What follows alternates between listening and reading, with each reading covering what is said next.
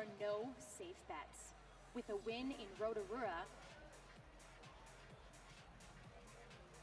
and another in Leger, Jakob Vinsel appeared like he had the Crankworx dual speed and style title on lockdown. But in Innsbruck, this happened. 0 points. The only sure thing now is that there is no sure thing.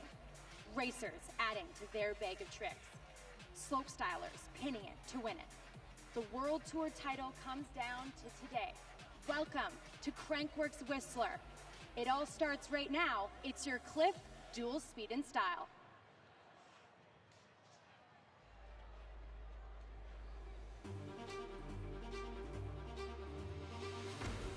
This is what it's all about. The place to be, Crankworx World Tour.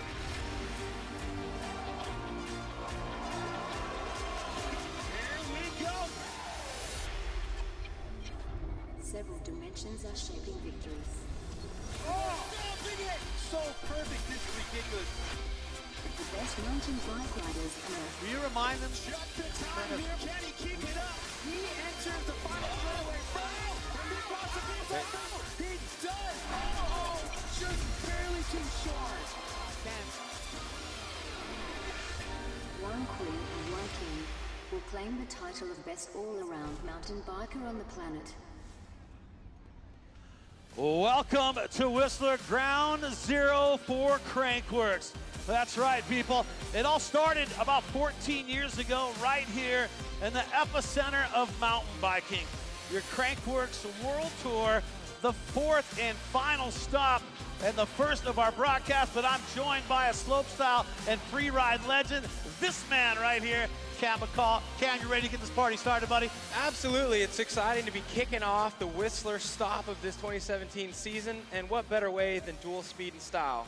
Racing, tricks, it's all good. It always seems like it's just the feel-good sport. I mean, it's always evolving, it's always changing, but it seems like the free riders come into play, but then you see the racers too, they're throwing down as well. Yeah, it's been a pretty crazy season. Format change at the beginning of the year that actually worked out pretty well, and we're seeing the gap between the racers and the free riders really kind of being narrowed into a pretty level playing field. Well, let's talk about the podiums. We talk about this being our fourth and final stop. Well, we started things out Rotorua, we were in Leger, and of course we were in Innsbruck, but this is how things are looking. Rotorua, we started off just a few months back.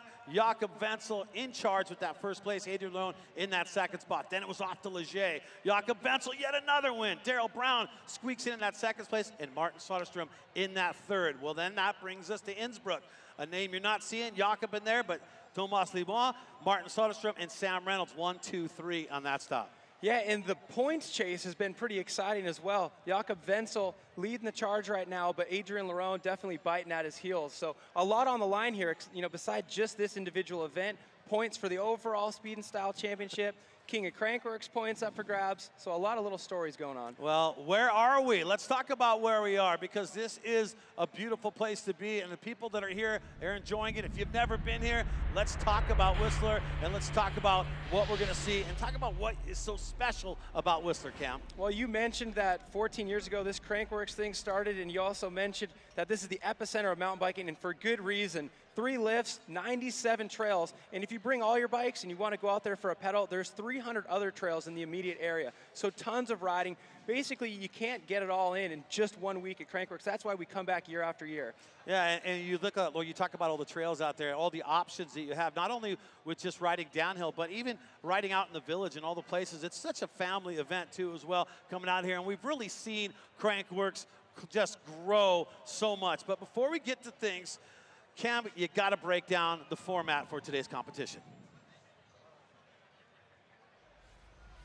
So here's how the format's going to work. We've broken it down to the top 16 racers. There's 3 judges and 2 courses. It's typical dual slalom format where it's head-to-head, and each rider takes a run on each course, and they switch courses for the second run. Okay, this is making sense, Cam. I'm following you on this. But what differentiates it from dual slalom is not only do we time the riders, there is a trick bonus per jump, so 2 jumps. Once you add in the time plus the points from the trick bonus, you get the run score. Now you're looking for the lowest possible run score to be able to move out of that round. So it's almost like that's the equalizer when it comes down to the jump score. Yeah, and it's very entertaining because you never know what these riders are going to choose for each jump, so we're in for a good show. And that is your breakdown. That's your format for your dual speed and style. So format covered. Cam, thank you for that. But let's talk about riders to watch, because if you're coming here for the first time, who are you looking for out here today? Well, you always have to think about Kyle Strait. He's a guy who cut his teeth in dual slalom racing, but also was a huge name when slopestyle first started. So this is a guy who's been on the podium for dual speed and style events, and he's a guy who's looking to get back there. Boy, he looks serious right there. Game face. How about Mitch Ropelato? He's kind of having a good time out here today. And Mitch Ropelato is such an exciting rider. He calls himself a jack of all trades, master of none. You could fool me, man. He looks like a master of dual speed and style, completely pushing the limits of what he's capable of in terms of tricks, and also a guy who's got a race background, Enduro, World Cup, downhill, so he can pull it off. Adrian LaRonn, not just the pump track crusher anymore. Yeah, exactly. We've been calling him the king of second places, you know, finally getting a golden pump track earlier in the year, but he's had so many silver medals in dual speed and style, and he's a competitor. He doesn't like that, so looking for a gold today. And then, obviously, Jakob Vinsel. He was perfect at the first two events, 0 points in the third. How about Jakob's chances? Yeah, he was looking unstoppable. Here just a year ago, he had a silver medal and then won the first two. So not even making it into the finals at the last event in Innsbruck, looking to kind of pick up where he left off after Leger and claim that overall title. He has to finish within the top 7 to be able to claim that overall title if Adrian LaRonn wins. So he's sitting pretty, but he has to stay on his bike and not miss any gates. Oh, this is exciting stuff. Well, of course, it is your Clif dual speed and style, and a Clif athlete, Casey Brown. We got a little chance to catch up with her. Let's set it down right now to Hannah Bernard with Casey Brown. Hannah? Obviously, so many reasons to get involved with Crankworx Fantasy for the overall prize for Crankworx Whistler, but also something that's very cool to get involved is the individual prizes for each event here this week. And a lady that knows a thing or two about the Clif Dual Speed and Style prize is my girl, Casey Brown. So tell us what's going on with today's prize, Casey. So today's prize is super rad. You get to pick a mountain bike helmet from Bell, and then I get to design the paint job for you. So yeah, it's going to be rad, and yeah, hopefully you like it. This is what I've done in the past. Luckily enough, I get to design my own helmet, so yeah, super stoked. Can you give us any insight into what you're thinking for design, or do you think that's going to happen kind of after this event? I think after the event, I mean, depends who wins it. I mean, like, girl, guy, like, yeah. I think I'll go with whoever wins it. I'll be stoked to do something custom for them. Very cool. It'll be totally customized to that winner. Now, Casey, obviously a bit of a bummer. You took a nasty crash in practice, so we won't see you in the Canadian Open Enduro presented by Specialized tomorrow. But can you tell us what your strategy is moving forward into the week, obviously looking at that Queen of Crankworx title? Yeah, so just taking it day by day. I mean, I had a lot of physio done today and yesterday after the crash. Like, my shoulder's pretty bunged up right now. So yeah, day by day. Tomorrow I'm going to see what it's like to ride a bike and then go from there. So yeah, stoked. Very excited for the contest, obviously, tomorrow. Can you give us a little bit of insight into all 5 stages? Yeah, it's a gnarly EWS this time. It's super rocky, very physical, and yeah, 5 stages in one day, so very intense. Yeah, kind of happy I'm not racing. All right, well, that's tomorrow. Today is the Clif Dual Speed and Style. Lots of incentive to get involved with Crankworx Fantasy, and it doesn't actually close until the first rider drops in, so make sure to get involved right now.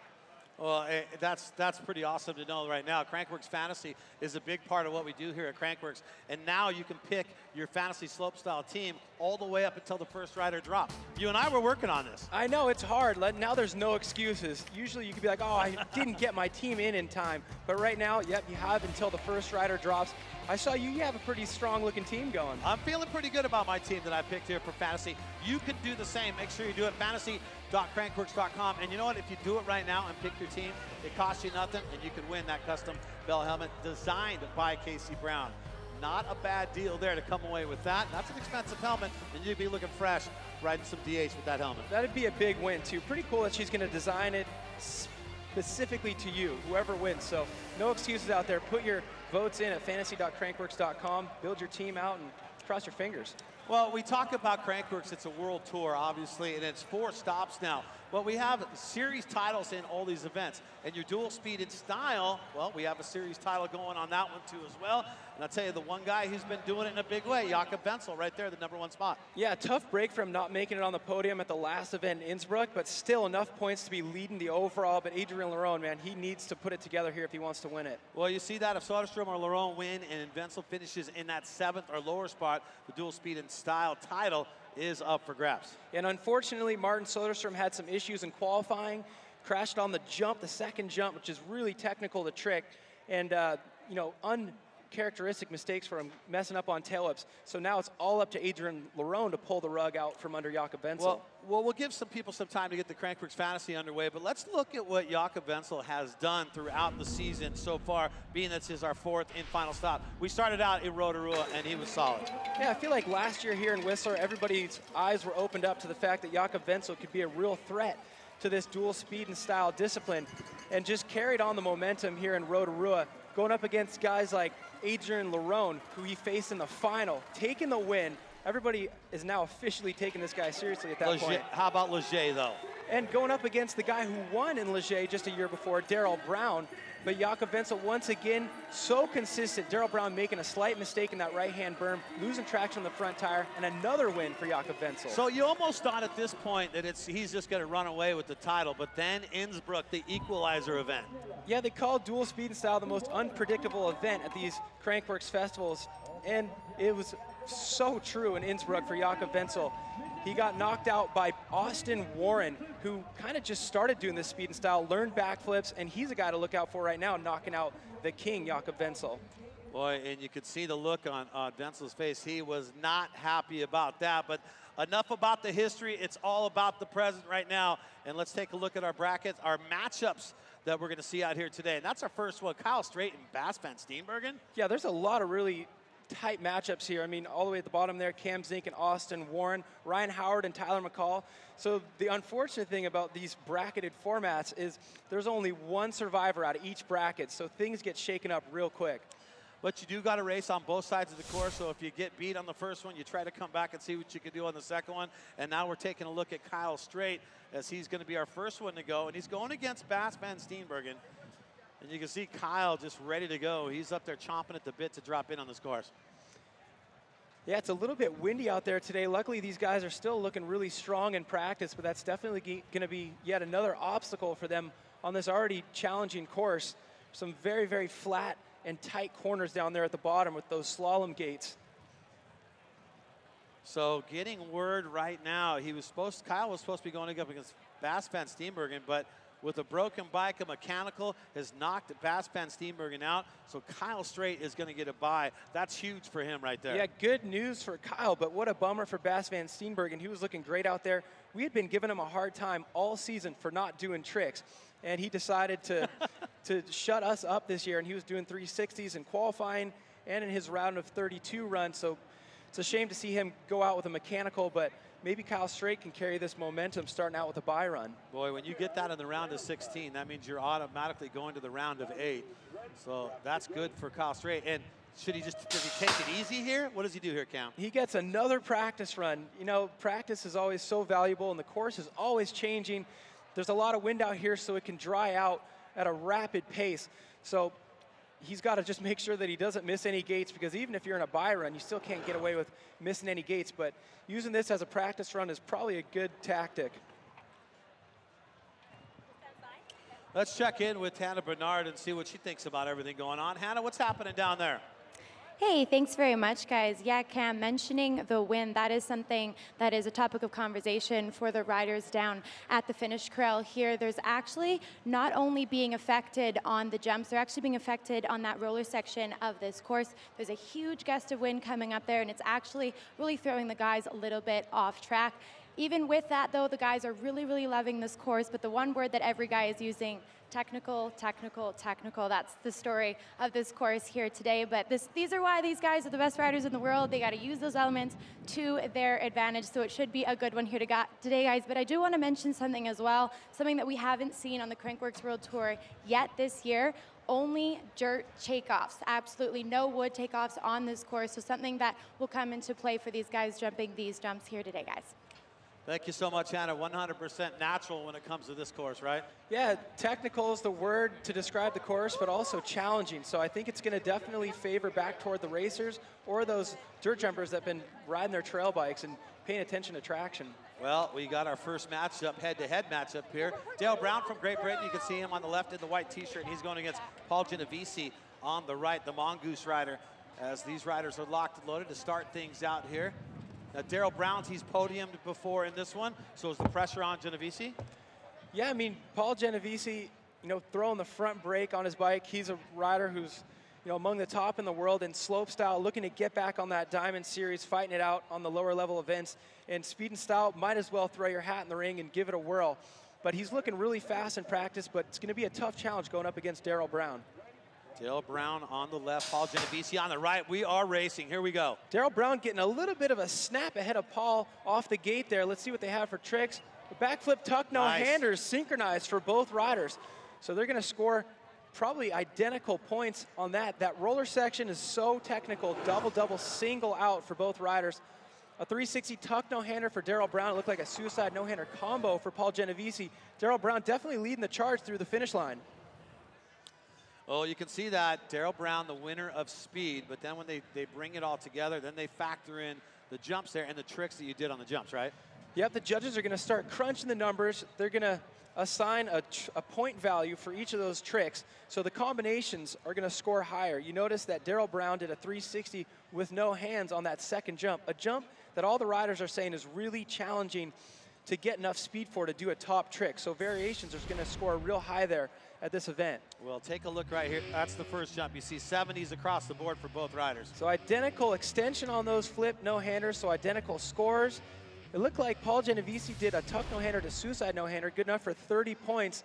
But Darryl Brown doubles up on the 70s to put him in the lead after run number one for these guys. And that's going to be a plus 152. So that's the difference when they bring in the jump scores combined with the speed. So Darryl Brown's going to have a big advantage going in at that second matchup between those guys. So now we take a look at Thomas Slavik is up for you. He is on the right and going against Tom van Steenburgen. And you wonder, who's Thomas Slavik from the Czech Republic? Well, he's a king of Crankworx, and that's what he has done. That's why he deserves to be where he's at. But will he repeat this year? He's too far out of the reach for that one. But can he advance here and get on the podium? Here we go. Thomas Slavik on the right. Tom van Steenburgen, he is on the left. We got Thomas Slavik with all the speed in the world and Tom van Steenburgen with all the tricks in the world. So you see Tom a little bit behind already, but making up for it with that trick, a backflip tuck no-hander to bar spin. That'll score real high, and he's actually even catching up to Thomas Slavik right now. Trying to keep it close. Last jump, what? A front flip for Tom van Steenburgen, making a great decision there. Since that jump is hard to clear, he decides to push forward on that front flip, make it to the landing, and stays really tight to Thomas Slavik through the finish line. Now, the important point here is you saw Slavik, he is faster for sure, but that front flip, when they factored that in on Tom's situation right there, then that's going to change things up. I got to think that Tom is going to have the edge after we get the scores in here. Yeah, we called speed and style for a reason. If you're fast enough to stay close to a racer like Thomas Slavik and you're doing tricks like that, you're going to be looking pretty good. So the judges are going to take their time with that because Tom did so many tricks. They have to actually review their notes. But if we can review some replays on this, I'd like to see that backflip tuck no-hander to bar spin. Well, and remember, Tom van Steenburgen also had that double. He did that last year here in Whistler, which helped him get up there in the top. Taking another look here. Here's Slavik and Tom. Slavik with just putting his hand on the seat, doing a toboggan, but a backflip tuck no-hander to bar spin, such a huge combo. And then front flipping this jump. I'll tell you, a lot of riders are having a hard time just clearing it. Tom front flips it. Good enough for some big scores. What do we got, Brad? Well, you look at that, 90 and an 80 on his jump, zeros and zeros on Thomas Slavik's jump, so it was going to be a no-brainer on that one. Tom van Steenburgen will have the advantage when they go out again. And Thomas Slavik's really going to have to figure something out on those jumps. Yeah, he scored zeros. The way this format works is if you're doing little tricks, you get zeros. If you do no trick, you're going to get a minus score, and that's actually going to add time back onto your run. Now we have your brother, Tyler McCaul, right there on the right, and our dog, Ryan Howard, on the left. This is a matchup that you and I have been waiting for. I feel like this always happens to these guys. They grew up riding together, and somehow they always get bracketed together in dual speed and style. It's happened more than once for sure. Here we go, racing now. So Ryan Howard on the red course, Tyler McCaul on the blue. What tricks are they going to choose? A backflip bar spin for Tyler. Looks like he slips his pedal a little bit. A nice corked out 360 for Ryan Howard in the lead through the rhythm section. Now over to the second and final jump here. Another 360 for Ryan and a tail whip in the wind for Tyler. Definitely gambling doing that trick off that jump with such a strong side breeze. And so Ryan Howard, our dog, will take the winner on speed. But then they'll have to go back to jump. You talk about the tail whip in the wind. Why is that so difficult? When you're getting off the bike and you're kicking the bike out sideways, it's very vulnerable to that crosswind. And if it gets blown out sideways, it's hard to climb back on, get your feet on the pedals. But it's also one of those tricks that pushes you through a little bit further in distance. So it's a good choice for that second jump on the course that's kind of hard to clear. But it is a bit of a gamble, isn't it? It's always a gamble. If you're in the middle of a race run, taking your feet off the pedals, you never know if they're going to make it back on. So a little replay back up there. It looks like Tyler's going for the backflip bar spin there. And 2 flat spin 360s with that signature style for Ryan Howard. Well, Tyler got him on both right there on the jump 65 and a 50, but Ryan Howard will keep the lead. But .70 is only the difference right there. So that's catchable for T-Mac, isn't it? So taking a look at the brackets for you as things progress through the event here. Your Clif dual speed and style. And you see the names in yellow. That means they have the advantage. Now, Kyle Strait has the advantage because Bass is not riding in this one because of a broken bike, but Tom has the advantage. And then you got Ryan Howard. He's got the advantage, but we still got 4 more matchups to go and some heavy hitters coming up. Yeah, looking forward to that next round with Jakob Vinsel, the guy who's been so consistent all year. So fun stuff ahead. Well, we're going to get them going again. That's right. More of the first round here in your round of 16 coming your way. It's your Clif dual speed and style live from Whistler.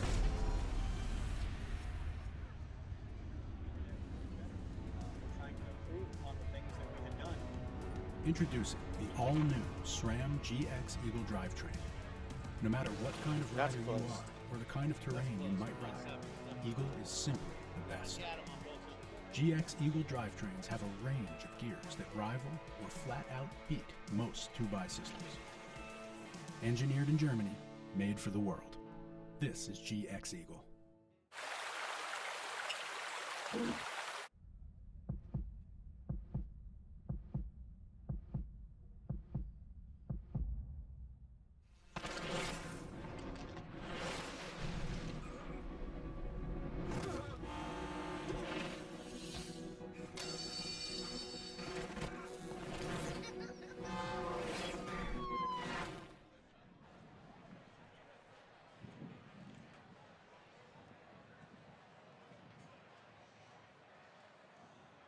Crankworx World Tour brought to you by SRAM.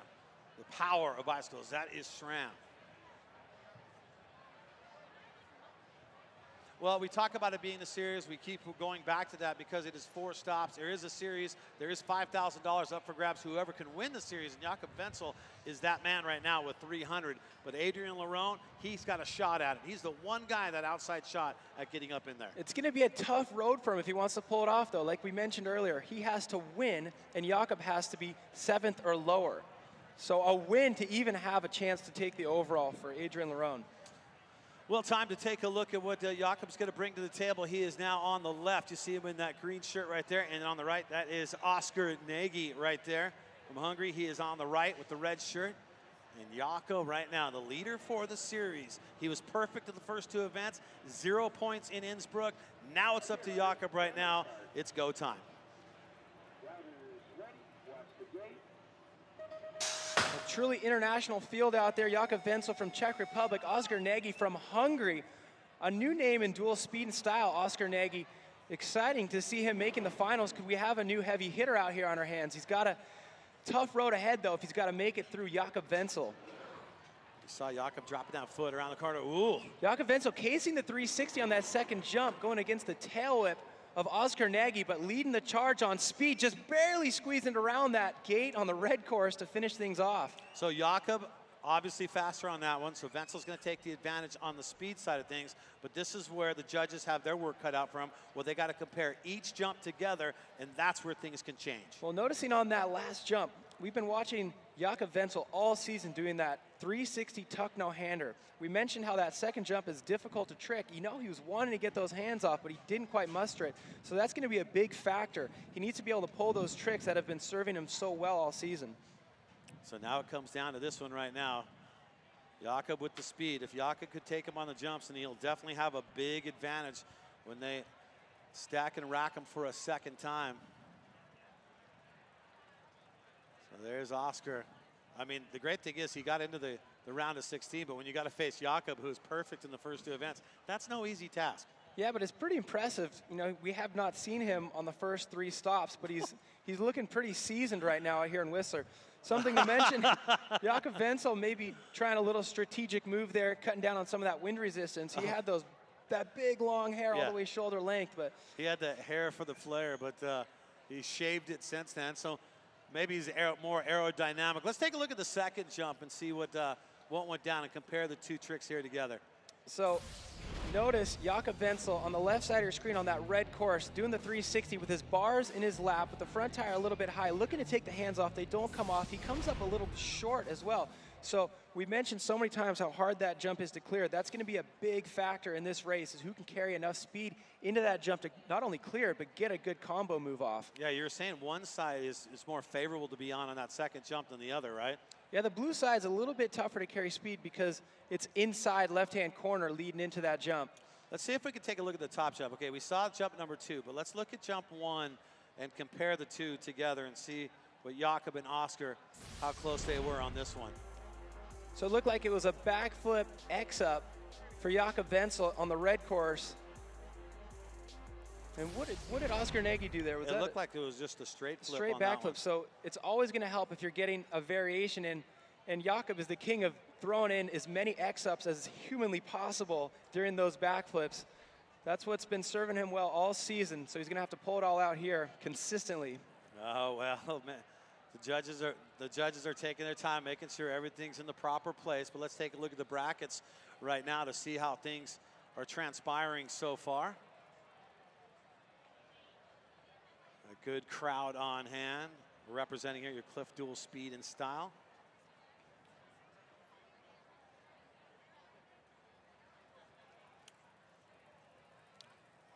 Well, you know what? Slavik and, of course, Vinsel, they're pretty good friends. And this is what he had to say about his fellow countryman, Jakob Vinsel. Jakob is my good friend, and we train together, and we're having a lot of laughs around the track. I think he really deserves it because he's having all the skills, basically, speed and style needs to, and yeah, he's showing it to the people. This is a serious matchup, Brad. 360 tuck no-hander for Jakob Vinsel and a backflip for Austin Warren. I'm going into this one with no real expectations, just try to do my thing again and hope for the best. Here we go. Oh, Paul! Austin. Wow! Austin Warren flipping all the way to flat on that finish line jump. Yeah, good to see this. And you see that. Get right back up. Let's see if Jakob can make it the difference over Austin Warren. So Czech Republic versus USA. Here we go. Austin Warren in the red with the opportunity to completely spoil Jakob Vinsel's perfect season going so far. The over-unders. Look at Warren opening up that lead. This time a perfect backflip for Austin Warren. No combos. Jakob had combos, so that's going to do well, but big lead. 0.44. Oh. Jakob Vinsel has been eliminated. The man who's been perfect in Leger and Rotorua has been dispatched. Wow. Did not see that coming. I'll tell you what, he did not like the way that one turned out. But how things turned out for him on that first matchup, you see Jakob Vinsel, his name is in yellow, so he has the advantage going back up when they get back up there and go and switch sides. So Jakob Vinsel doing his thing, but boy, you can see how deflated he was at Innsbruck. Yeah, he doesn't want that again, so he's doing what he needs to not repeat on that experience. Simon Kerr now, he's going against Mitch Ropelato. There's Mitch Ropelato, you can see him right on the right, and then you got Simon Kerr in that red shirt on the left. So the first time these guys are going at it together here in the round of 16 for your Clif dual speed and style.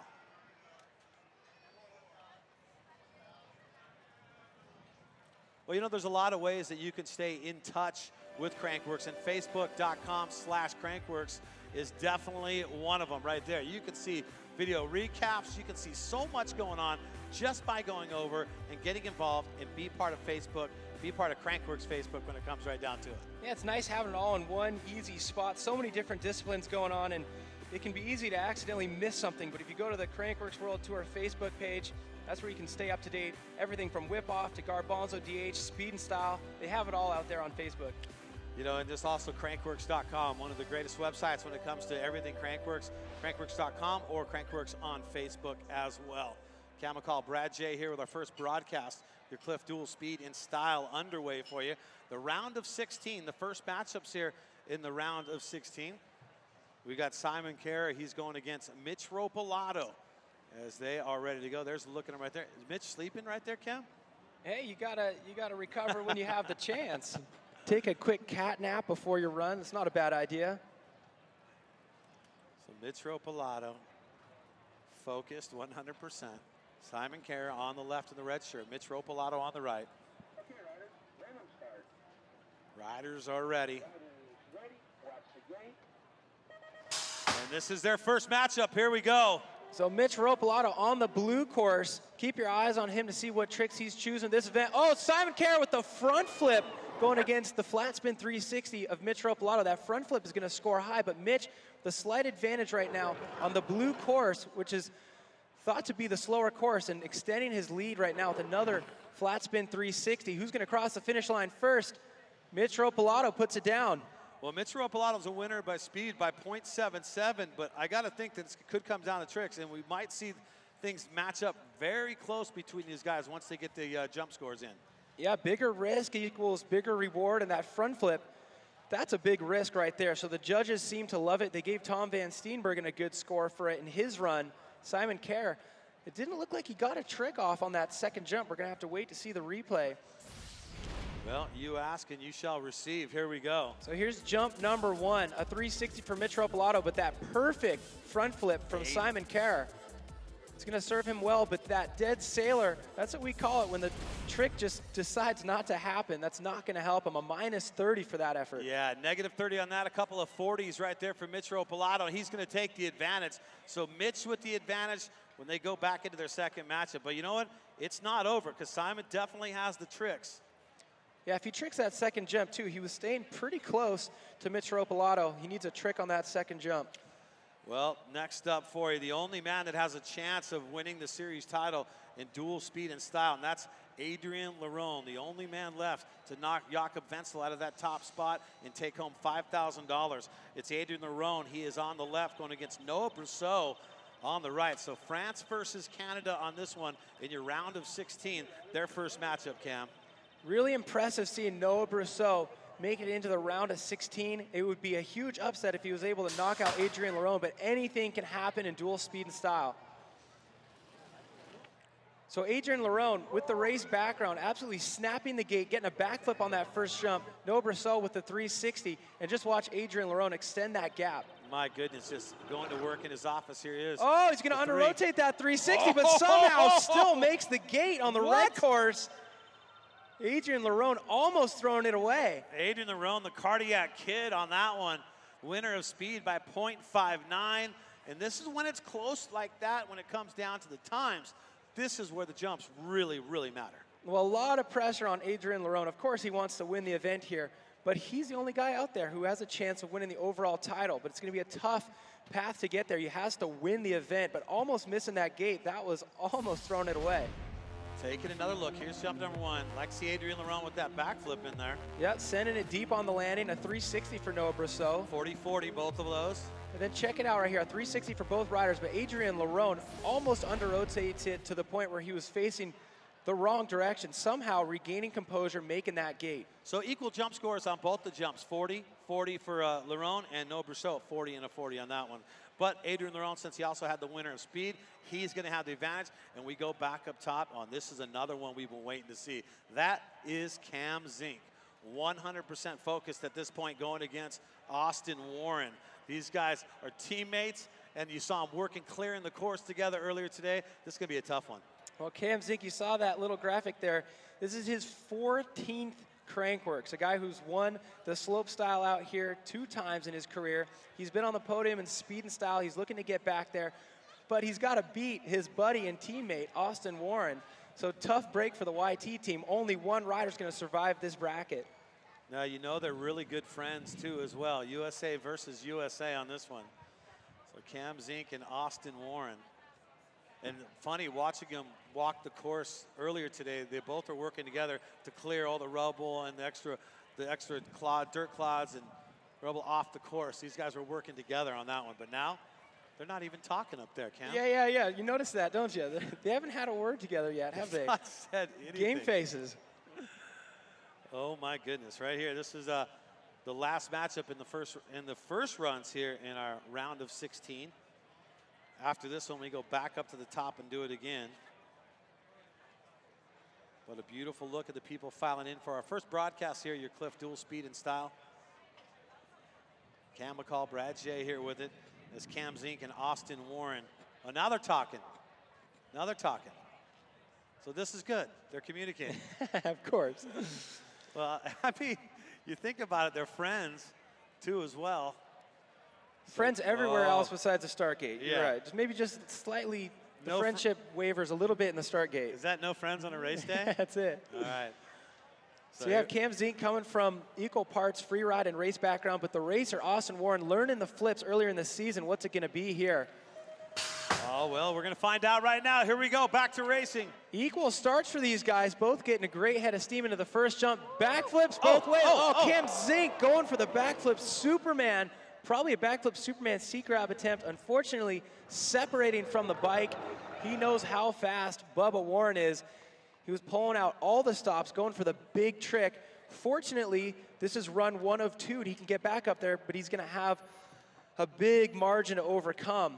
But you also got to remember, Austin Warren was the one who dethroned Jakob Vinsel in Innsbruck. He knocked him out. Jakob got 0 points on that, which also makes this even a closer battle between Adrian LaRonn and Jakob Vinsel for the series title, and $5,000 extra on top of that. Yeah, he's becoming a force to be reckoned with in dual speed and style, but Cam Zink, knowing that, he's never a guy to take it easy. So of course he's going to go for the biggest trick in his bag. Looking forward to the replay so we can tell what he was going for. I'm thinking it was a backflip Superman seat grab, and his hand never made it to the seat. Straightening his stem there, hoping to get back up there for run 2 when they switch courses. And if you're going to throw your biggest trick, aren't you going to throw your biggest trick on the first jump?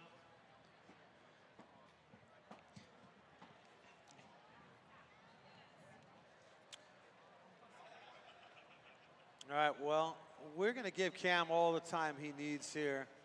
But let's take a look and let's rewind the clock and take a look at the previous race that we just saw, Adrian LaRonn and Noah Brousseau. Particularly, let's watch here towards the end of this race. Take a look at him right here. So this is right after he recovered, made the gate after that under-rotated 360. The rear tire just barely hanging on. And does he make this last gate? Yeah, he makes that last gate, no problem. But Noah Brousseau, it looks like he may have jumped over the inside of that blue gate, which means disqualification. Both tires have to make it around. Oh, you see it right there. The low flag on that gate. And look, we're going to see it again. It looks like he picks up both tires, hops right over the middle of that flag. And luckily, we have course officials down there who spotted that. Unfortunately for Noah Brousseau, that's an automatic DQ. Yeah, you're disqualified at that. Bunny hops that flag at the end. You got to go around it. You got to keep both wheels on the side that you need to be when you come around. And he obviously didn't do it there. We saw the replay, so that's going to disqualify him.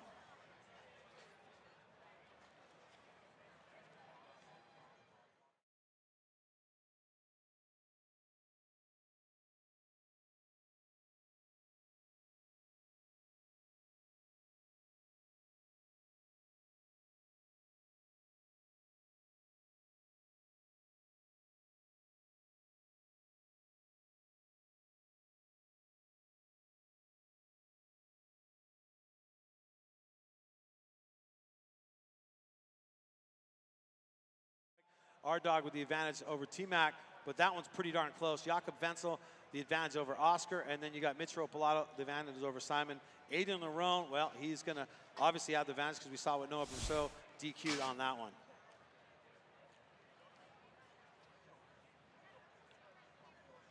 So we go back up top, back to the top of the order here and start things off again. Here we go, next up on this one.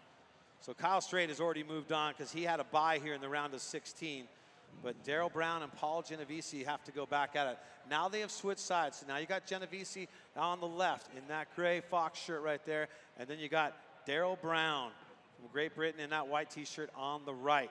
The advantage belonging to Darryl Brown, a man who's podiumed in this before, and by 1.52, that's a big margin to make up. It's a big margin, but anything can happen. Losing traction at any point on this course could completely work in Paul Genovese's favor if that tire happens to be underneath Darryl Brown. So never give up, even if you're down by 1.5. And 1.5 isn't too far back. That's the typical max differential on a standard slalom race. So Paul Genovese's still in there. Well, and we saw a DQ with Brousseau on that one. So anything can happen, like you're saying, Cam, on this one. Maybe he misses a gate or something like that, and it could be over for Darryl Brown just like that. So you got to run your race. Here we go. Paul Genovese on the left, Darryl Brown on the right. The advantage going to Darryl Brown from the first matchup. So look for Paul Genovese to pull something out in this first jump. You never know. He's got a deep bag of tricks. He's going for the double tail whip, which is going to score really high. And he's battling out. He's on the fast course right here. That red course has a wider turn around that left-hander leading into this second jump. A tuck no-hander for Paul Genovese. It looked like a 360 tuck no-hander for Darryl Brown, but Paul definitely putting to him. On the bottom of this course, it looked like he made the gate. Winner of speed, Paul Genovese. By 0.11, so that's where this one goes back to the jumps on this one. And we'll see what the judges think on that after we take a look at some of these again. Remember, Darryl Brown has the advantage for their first matchup. Paul keeping it close like there, just like you're saying, Cam. You got to run your race. You got to keep it going. Well, I had a feeling Paul was going to dig a little bit deeper into that bag of tricks right there because he's a rider known for going for it. And he was down by 1.52, so doing what he needs to do. It's going to be interesting to see what those numbers are looking like once the judges put in their scores. There we go, Genovese on the right, waiting for that. There's Darryl Brown. Darryl Brown's podiumed in it before. So he's a guy who could definitely be up in the top three when it's all said and done. We'll be seeing coming up, we got Tom van Steenburgen and Thomas Slavik. And Tom van Steenburgen a huge advantage over Slavik before they come back at it again for their second matchup. Cam McCaul, Brad J, high atop the GLC up here in Whistler for your first event, the Clif dual speed and style. But let's compare the jumps because we've talked about the speed till we're blue in the face, Cam. Let's talk about the jumps. So let's take a look back here at the second jump.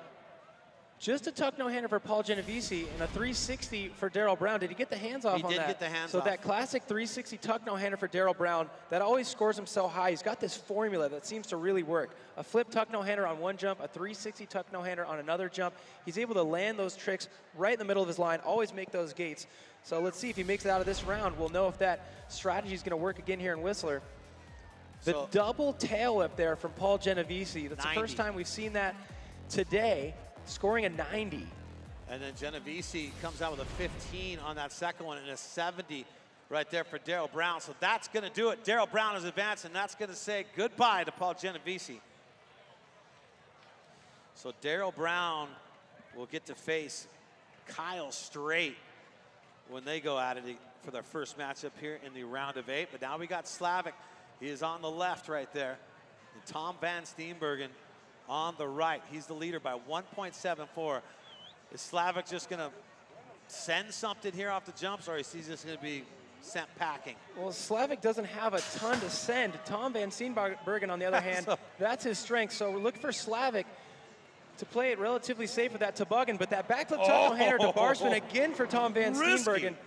Yeah, very consistent with a risky combo like that, but now he's got that inside blue corner leading into this second jump, not getting the trick. We talked about how hard it is to get speed, especially on that blue side. So that's definitely going to hurt Tom, especially because his strength in this race is the tricks, and missing a gate at the bottom for Tom van Steenburgen.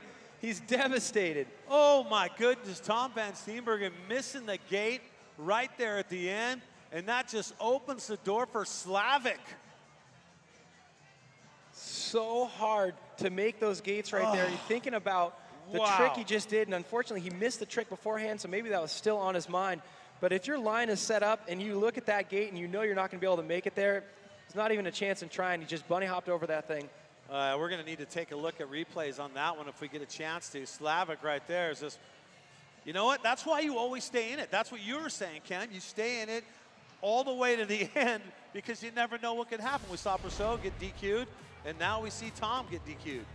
So take it back to the jumps. Tom going for that big backflip combo. Slavik just putting the hand on the seat, doing that toboggan, doing an X up for him on the bottom. And Tom not able to get a trick off, so that's going to hurt. That's a -30, but it won't sting as bad as missing the gate. So obviously, Thomas Slavik advancing out of this round. So I tell you what, man, he got away with one right there. Slavik is moving on, and that's going to do it for Tom van Steenburgen. And I love seeing him throw the combos. We saw him last year with the double backflip to move up into the top. Well, not the case here today, and Slavik moves on. Next up, Ryan Howard. He's switched sides. He's on the right with that gray tee, and your brother, Cam, he's on the left. We got T-Mac. You're taking a look at it right now. Round of 8 is set for our first matchup. We're going to see Kyle Strait and Darryl Brown on it. Slavik will also be in that round of 8. He's going to face the winner in this one now. T-Mac's got to make up .70. Can your brother do it? Pretty tight margin. If Tyler lands his tricks, not slipping pedals, he's definitely got a chance. Ryan Howard is so consistent with those 360s, and he stays on his line every run. So if Tyler's going to take him out, he's got to land those tougher tricks and stay real close. And we noticed the wind has backed off since we first started, so that might make tail whips a little bit easier. Here we go, second matchup. Looks like Tyler McCaul actually snapping the gate a little bit. Both the riders getting to that first jump at the same time. A 360 X up for Ryan Howard, a backflip for Tyler McCaul. Both riders through the rhythm section right now, and this is gonna be a big factor here, this last jump. A 360 for Ryan, a tail whip for Tyler. And T-Mac definitely leading the charge here through the last couple gates, crossing the finish line first. He was only down by 0.7. Will it be enough? It looks like it could be. It comes on a jump, 0.85. So he made up the difference on the speed side of things, but now this is where the judges really come into play at this point. Now you have to itemize each of those jumps, compare them together, and who comes away with more points. Is it going to be Ty or is it going to be our dog? Well, it's so tight with the speed right now between both of those two runs that it's going to really come down to the backflip that Tyler did not having a variation in it, the 360 that Ryan did having a variation, and then what scores higher, a tail up or a 360 on that second jump? That's what the judges are going to be thinking about. Jump number 1. 360 X up for Ryan Howard, good enough for a score of 50. A backflip for Tyler for a 40, then a tail whip. That's scoring Tyler a 50 and just a 40 for that 360. Yeah, a 40 and a 50, a 50 and a 40. That means by 0.15, T-Mac advances on, has dispatched of our dog. He is done. That was close. That's one of the tightest speed and style rounds we've seen in a long time. So Tyler will go against Slavik, and your brother's won it before. He's done it before out here. He won here a few years ago in speed and style, obviously looking to get back on track. He's got a training compound at home, so far so good for T-Mac. Now it comes down to Jakob Vinsel, the man who is in the lead for the series title. $5,000 up for grabs for that man in the green shirt on the right. That's Jakob Vinsel. He's the leader by only 0.76. We saw T-Mac make it up. Can Oscar make it up against a guy who's already won 2? Well, Oscar's looking impressive. For those of you out there who've never heard of him, he comes from a dirt jump and slope style background, but we have not seen him following the tour like we have Jakob Vinsel. So it's going to be a tough road for Oscar Nagy. And Jakob Vinsel, a lot of pressure on his shoulders with the championship title on the line. A backflip tail up for Oscar Nagy. Well, he's doing what he needs to do, isn't he, Brad? Yeah, he comboed it up. What's he got for the second and final jump here towards what Jakob's got? Neck and neck into the second jump. A truck driver for Oscar Nagy, a 360 tabletop for Jakob Vinsel, and Nagy leading the charge. Hey, look at this. Can he get around the gate? It looks like he got around the gate. It's debatable. The flag flipped off, but did he make it around the pole? It's okay to hit the gate. You just have to be on the left-hand side of it. We're going to definitely need to see replays of that one. Boy, Oscar, man, making it close all the way through. Tell you what, if Jakob gets eliminated right here, the Adrian LaRonn is in the driver's seat to try and win the series title. This is huge right now for the overall. Man, let's take a look here. Take a look. So check out 90. Oscar Nagy, Oh, he the beats him by- backflip tail up, getting the score of a 90. Towards the 70, beats him by 20. A truck driver for Oscar Nagy, worth 75 to a 70 from Jakob Vinsel. Now to the bottom. Does he get around the gate? Oh! It looks like he does. Oscar Nagy winning both jumps, crossing the finish line at the same time as Jakob Vinsel, but a lot of deliberation here. By .55, Jakob Vinsel dodges a bullet on that one. Wow. Oh my God, let's check in with Hannah Bernard standing by. Hannah. All right, Jakob, the last time we saw you at a Crankworx event was in Innsbruck. Obviously, you have been on a tear in dual speed and style all season long. Obviously, a disappointing finish in Innsbruck. What did you tell yourself coming into this contest here in Whistler in order to take the series championship? You know what? That's one thing that I was saying all the time. It's super close. Like every match is, you can lose. You do one mistake and you're done. So I don't know. I was just trying to. I'm always trying to go step by step, see what happens, and try my best. What do you think the key to this course is here today in this dual speed and style race? Stay calm. I was freaking out yesterday in the practice, so I'm just trying to stay calm, and that's probably the key, I would say. I got to address it. Did you shave the head because you lost in Innsbruck coming into Whistler, or what was the idea around that? Oh yeah, totally. Being faster. I had to do something, you know. Aerodynamics, right? That's your strategy? Totally. Best of luck in the next round, guys. Oh my goodness, thank you so much, Hannah Bernard. Yeah, he's more aerodynamic and he's moving on to the Elite Eight, that man, Jakob Vinsel. Well, another guy coming up, Mitch Ropelato. Boy, he's had a colorful past competing this year in our Clif dual speed in style. Let's take a look at Rotorua for Mitch Ropelato and how things got done out there, Cam. So earlier in the year in Rotorua, New Zealand, Mitch was looking so strong, riding the trail bike, but spinning it like a champ, looking like a guy who is a slopestyle competitor with those flat spin 360s, going against Adrian LaRonn. Now, bear in mind, if you make it this far, you're going to have to step out of your comfort zone to keep going. Greg Watts is alongside the course, heckling Mitch Ropelato, yelling at him to try a front flip. He goes for it and ends up landing it, doing well. But right here, this is what it looks like when it doesn't go well. That was one of, oh my goodness.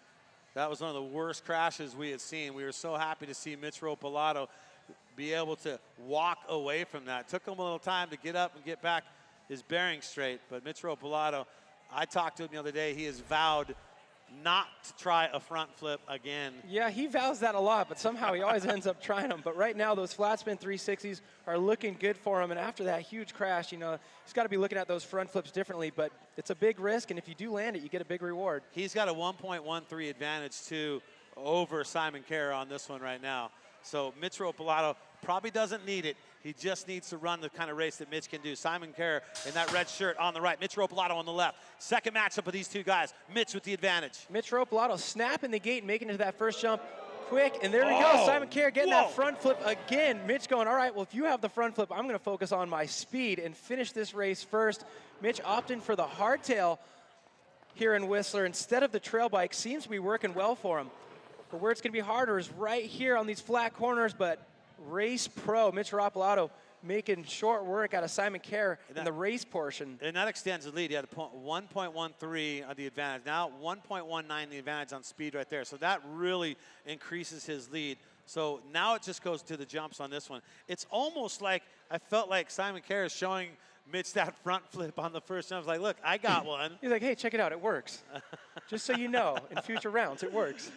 Yeah, Mitch don't need to be trying that one. So we'll take no, a Mitch, look. please don't try that. No, we are against it 100%. Here we go. Take a look at this. 40 to an 80. It was even corked out, that front flip from Simon Kerr. Just giving a little nod, a little respect to the way Mitch Ropelato does it. But the speed Mitch is carrying right here, man, he's going to be tough to beat moving forward. 1.84. Mitch Ropelato has advanced on right there, and that's going to do it for Simon Kerr. So Mitch Ropelato, good news, he's moving on. Well, he's also got to face Jakob Vinsel, so that's going to be a tough one right there. Well, there is Adrian LaRonn right now. You talk about what he's doing so far in the charge for the king of Crankworx. Well, look at that, 475 points, man, over Shark Attack Jack in that second spot. Well, Jack Moyer obviously really close, but Mitch Ropelato looking strong out here, and he's going to put his hat into the ring for a lot of other events out here. So a little over 100 points out. He's one to look for, too. So Adrian LaRonn just has to just take it easy here. 6.0 for the advantage because Noah was DQ'd on that first matchup between these guys.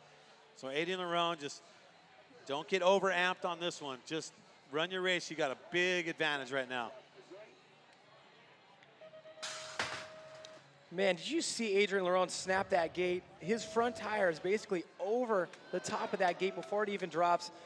That's what happens when you come from a background of gated racing, BMX, 4-cross, straight up racing pro. It's gonna be tough to hole shot that guy out here today. 360s for both riders on that second jump. Now Noah, don't miss the gates with a chance for redemption, trying to make the gate on the red side, and he does. So winner speed, Adrian LaRonn. It's just a matter of time at this point because Adrian LaRonn is going to be the guy who moves on this one because of the DQ on their first matchup.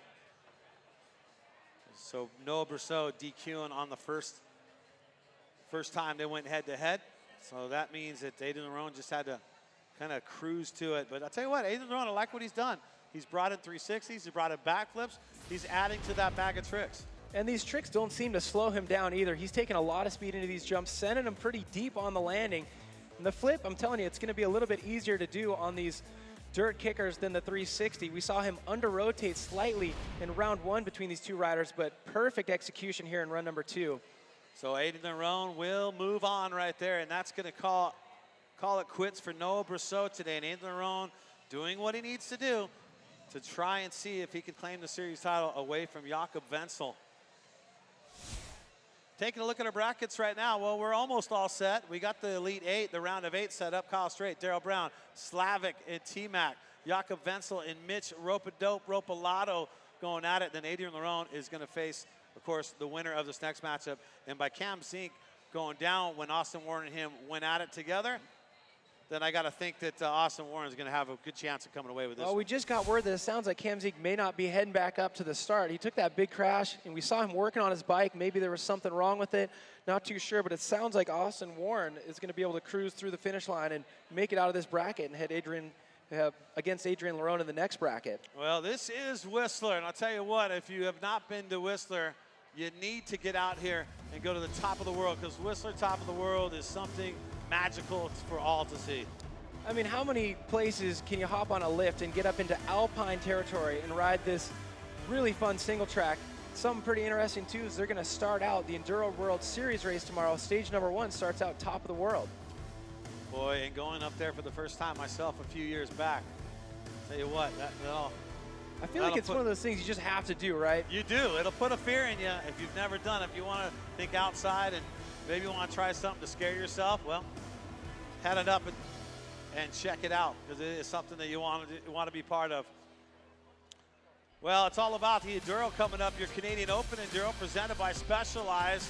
We're going to get that thing going for you, firing things up. There's your times for it. Join us for that one, because it is going to be a burner, and we're looking at some rain coming in tonight, so that could make the course just a bit more challenging for all the riders for tomorrow's Canadian Open Enduro presented by Specialized. Well, we're getting things set up for the Elite Eights. All set, ready to go. So stay with us on that one. We'll see the matchups coming up. We're Strait against Darryl Brown, Slavik against T-Mac. It's all coming up. Stay with us. Clif Duel, Speed and Style. Because fast never goes out of style. Because epic rides should actually be epic. Because steep is relative. Code was designed to deliver massive power and predictable modulation for braking control when and how you want it, on the longest descents and under the burliest loads. Better, stronger, faster.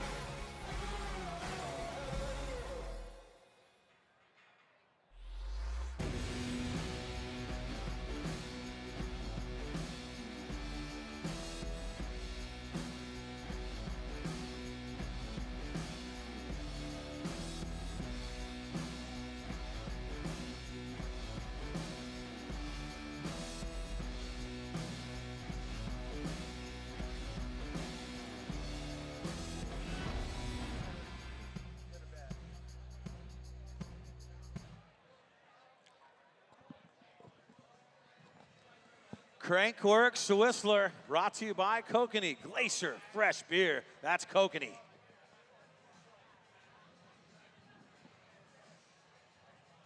And back to the action out here, your Clif duels, speed and style.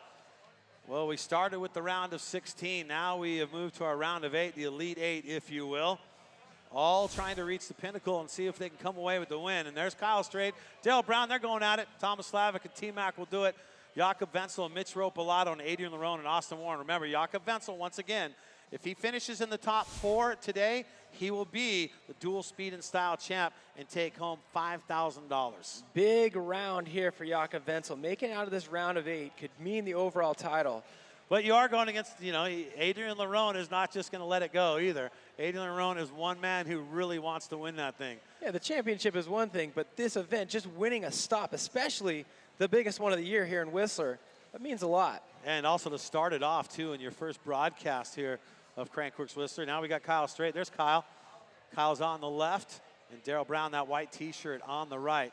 USA versus Great Britain on this one. And this is going to be a tough one right now. You know Kyle Strait, he's got the racing background, he's got the tricks. Darryl Brown is a full package deal himself. And he's been on the podium in this event, too, before. Yeah, now that this event format has been around for a while, you're seeing guys who didn't come from dual slalom and downhill racing background just learning the racing side of things because of dual speed and style. Darryl Brown is a good example of that. Darryl Brown in that white T-shirt on the right. Kyle Strait. There we go, back to racing. First matchup of these guys in the Elite 8. Kyle Strait, a slight jump out of the gate ahead of Darryl Brown. Both riders making it to that first jump same time. A backflip tuck no-hander for Darryl Brown. Looked like a straight backflip for Kyle Strait, but Kyle Strait making it to this flat left-hander before the second jump first. A tail whip for Kyle Strait, a 360 for Darryl Brown, roosting that right-hand berm. Kyle Strait putting on a show. Oh, he gets a row. Oh, man, that was close. Wow. 0.52, Kyle Strait gets around that last gate. And he rails that berm up top. Man, that is something we need to take a look at. Watching Kyle Strait at top speed is a great spectacle. There's dirt flying, well, he's got right and left, every direction. He's got gravity on his side. He's also got a lot of bike handling skills on his side, too. He sure does, man. He's an amazing rider. Let's take a look at the first jump of these guys. First jump, Darryl Brown, great extension with the arms on that backflip tuck no-hander, pumping the speed into that berm. It was a 360 tuck no-hander for Darryl Brown. He got the hands off on both features, but look at the roost coming off of the back tire of Kyle Strait. Watch this. Wow. Yeah. That last gate, man, so tough to make that gate. All right. Oh, look at the difference. Darryl Brown will take the advantage by 0.08. 0.08 the difference. This is going to be a barn burner when these guys get back on up there. 0.08, the difference in a lot of things, but right now, unfortunately, throwing Kyle Strait out of the competition.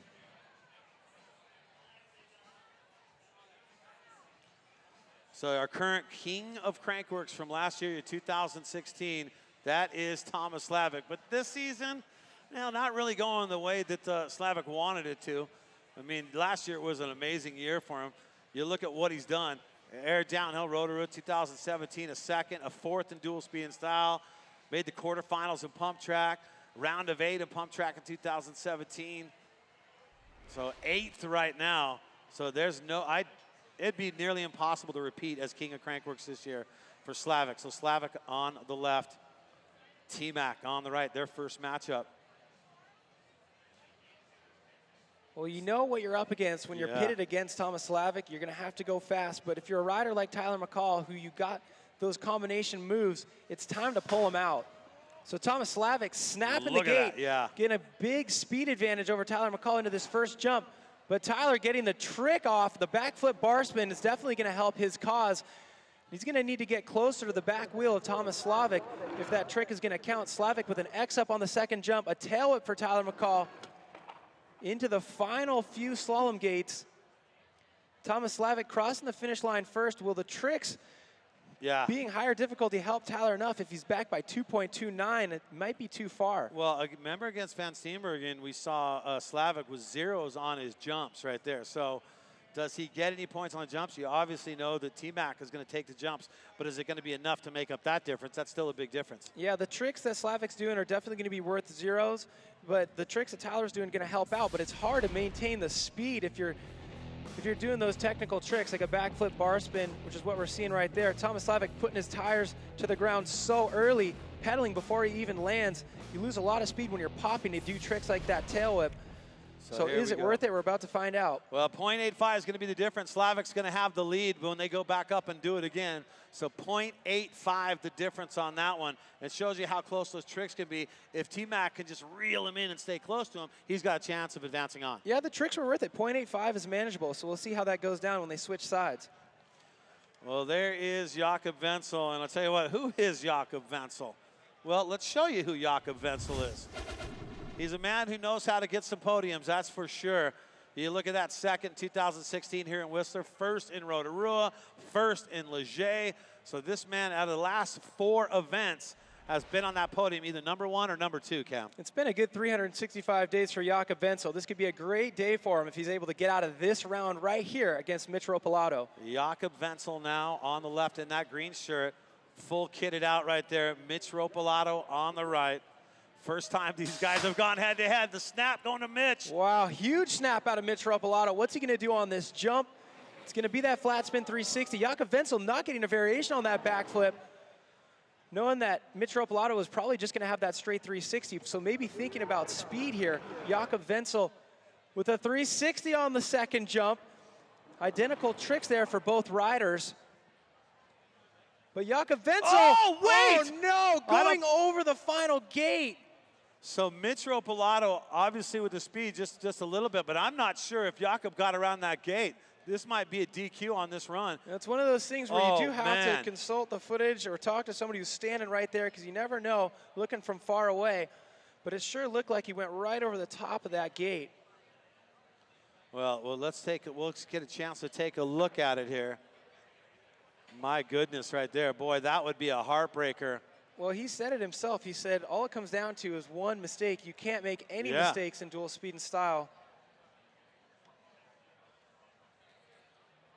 All right, well, that would be, I mean, you think about it, if that is actually, if he got DQ'd, that would give Mitch Ropelato a good shot and also give Adrian LaRonn a shot at coming away with the series title. This would be huge. Well, you never know, too, because like we crunched the numbers earlier, we said that Jakob Vinsel would have to be in 7th place or lower. You could make it out of the top 8, but still get 6th place or something, 5th place. All right, well, we're going to wait for this. All right, I think we got the scores that we can break down for you here, but let's look at this right here. Check out the replays here. This is jump number 1. So a little bit surprising to see no combo, right? No X-ups out of Jakob Vinsel, maybe just focusing on the speed. You know he was looking for the hands to come off on that second jump, but he was riding so fast that none of that was really going to matter. Now we're going to really look closely at this last gate. Watch this red gate here. Oh, no, the back tire made it for sure, but that front tire doesn't look like, no. Oh, it's, I mean, it's not up to us on this one. So 40, 40, 40, 40 on that one. And we're getting word, no, he's disqualified on that one, their first matchup. Yeah, so that front tire, boo-hoo, to Jakob Vinsel right there. Mitch Ropelato, hey, that's all right. There's an attaboy.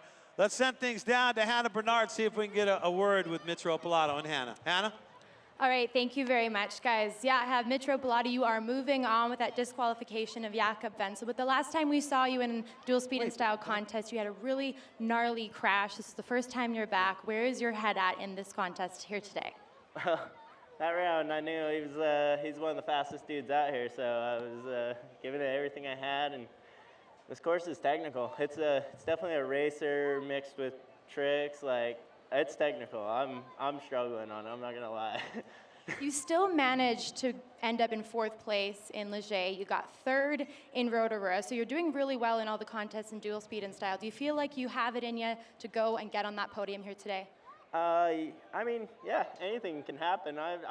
If it's my good day, I'm running good. I think I can do just about anything I put my mind to. All right, well, you are moving on, so best of luck in the next round. Thank you. And we're getting clarification on that one right there. I think what happens here is it'll be a max differential, so I don't think that Mitch moves on this one. They still got to go back and do it again. But I think the max differential, I think it was over 6 seconds. So that'll be a big one if that's the case, that Jakob would have to try and make up. Well, we got to make sure we let Jakob know that, because in dual speed and style, anything can happen. If Mitch messes up the next run, you know, there's probably some sort of tiebreaker for double missed gates. So if Jakob needs to get back up to the top, hopefully somebody's able to notify him, because I'd love to see those guys go back up there. Sure would. Now we got Adrian LaRonn. He is on the left in that red IXS kit right there, and the YT kit on the right. That is Asta Bubba Warren on that one. So here we go. Adrian LaRonn, the only man who could challenge Jakob Vinsel for the series title. Here we go. This should be a really tight matchup. Obviously, the starts of Adrian LaRonn are tough to beat, but Austin Warren making up for it real quick and catching up to him. They're trading off the lead a couple times already here, but getting to that second jump. At the same time, a 360 for Adrian LaRonn, a nice floaty backflip for Austin Warren. Got to keep it in. Got to get around that. Yes, Wow. he does. Austin Warren hopping just to make sure he stayed on the left-hand side of that gate. Hey, .22 is still close. This is when it comes down to the judges on this point. If you're seeing Austin Warren throwing combos in there and you're not seeing combos out of Adrian LaRonn, that could mix things up big time. So We'll see what the judges do with those tricks. Austin Warren just learning the backflips specifically for speed and style. Adrian LaRonn, he's been doing this for a few seasons, so he's got a backflip and a 360. 40s for both of them on that one. So backflips for both riders on the first jump. A 360 for Adrian LaRonn, a backflip. 40s. Scoring the same points there. All the way across. That means that Adrian LaRonn is going to be the leader, .22 over Austin Warren when they do it again. So Adrian LaRonn, calm, cool, and collect, going about his business to just keep on advancing. And they'll have one more shot. Austin Warren will have one more shot to knock him out of it. Taking a look at the brackets right now. Keep in mind the ones in yellow have the advantage. So you got Darryl Brown with the advantage over Kyle Strait here. Then you got Thomas Slavik, the advantage over T-Mac. Mitch Ropelato, the advantage over Jakob, should be a max differential on that one. And then Adrian LaRonn, the advantage he has over Austin Warren, but not by much.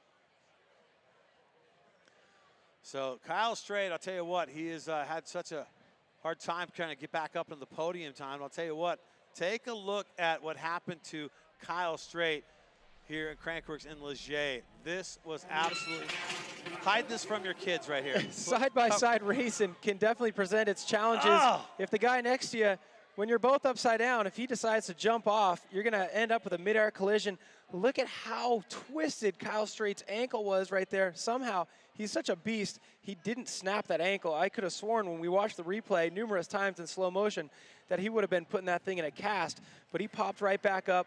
But look at how he was carrying that left foot right there, just hanging it, not putting it on the pedal at all. Surprisingly, he was walking around later that day, but definitely can't keep this guy down. And right now against Darryl Brown, this is going to be a good matchup. Well, Kyle Strait, one of the hardest working guys in mountain biking for sure. .08, that's the difference, and that ain't much, Cam. So Darryl Brown on the left in that white t-shirt. And then you got Kyle Strait on the right here. Advantage by .08 going to Darryl Brown. Here we go. Second and final matchup. Now Kyle Strait only having to make up .08. He is on the course that's been regarded as the slower side, but landing that backflip on the gas, sprinting into that corner. Both riders making out of that rhythm section smooth. What tricks are they going to choose on this second jump? A tail whip for Kyle Strait, a 360 tuck no-hander, bouncing around at the back tire for Darryl Brown. Look at this. Side by side through the slalom gates. Right, that's the closest finish we've seen yet. .13, Kyle Strait makes up that difference, because remember, it was .08. So right now, Kyle Strait will have the advantage over the whole thing with the speed, but now it comes down to the jumps. If Kyle Strait takes the advantage on these jumps, then he will move on, and Darryl Brown will be done. It's all going to be about those arms right there of Darryl Brown. He flaps those wings in the air when he's upside down and sideways, and the judges love it. We're going to take a look back at when he took his hands off of the first jump while upside down, that backflip tuck no-hander. Kyle Strait had a straight flip, so he gets a 40. Darryl Brown gets a 70. 360 tuck no-hander for Darryl versus the tail whip for Kyle Strait. Oh, it looks like Darryl Brown's going to take the advantage on this and move on. Yeah, .49 the difference. That's going to do it. Let's hear it for Kyle Strait. He's done for the day, and Darryl Brown will move on to the Final Four.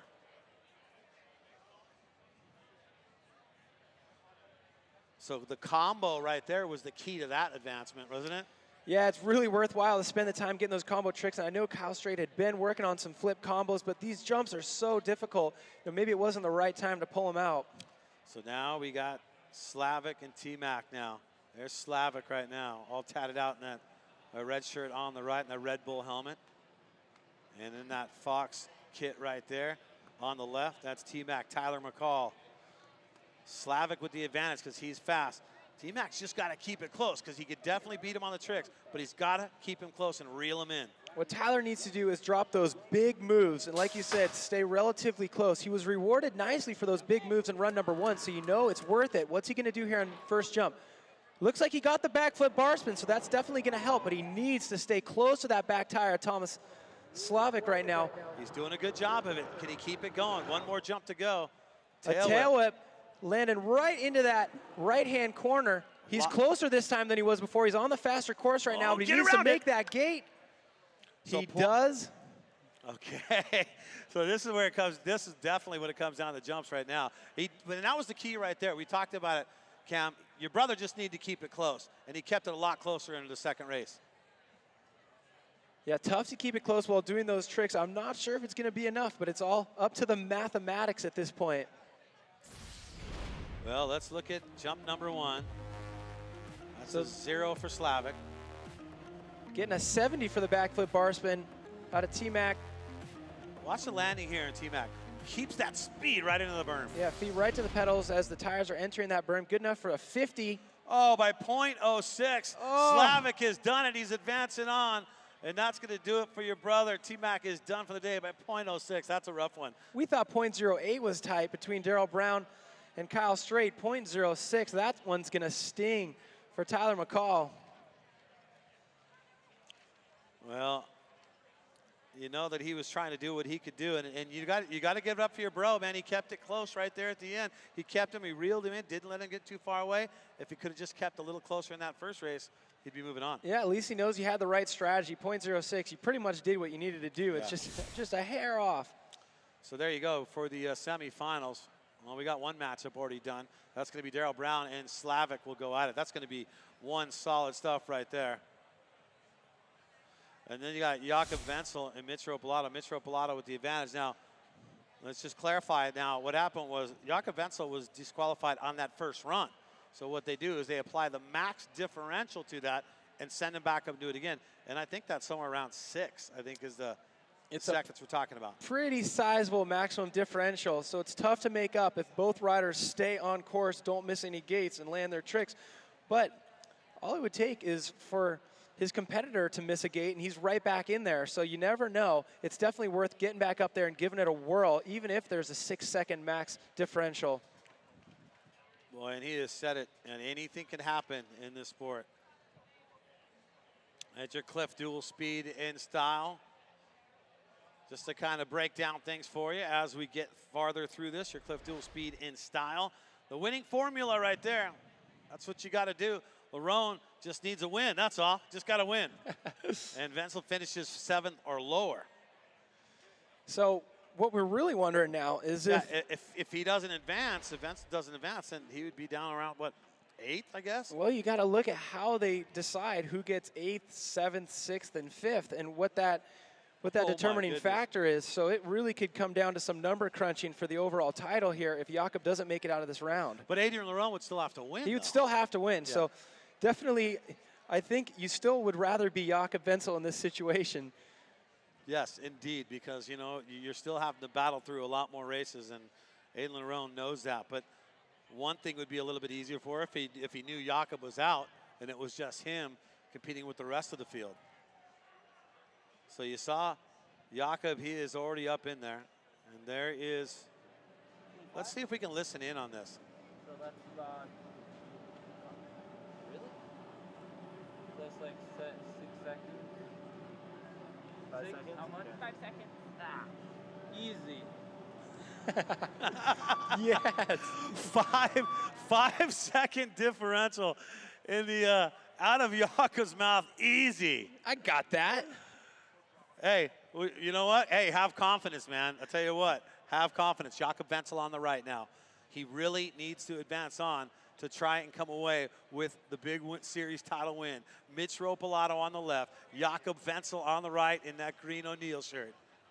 Here we go. We've seen it before. In the words of Jakob Vinsel, anything can happen.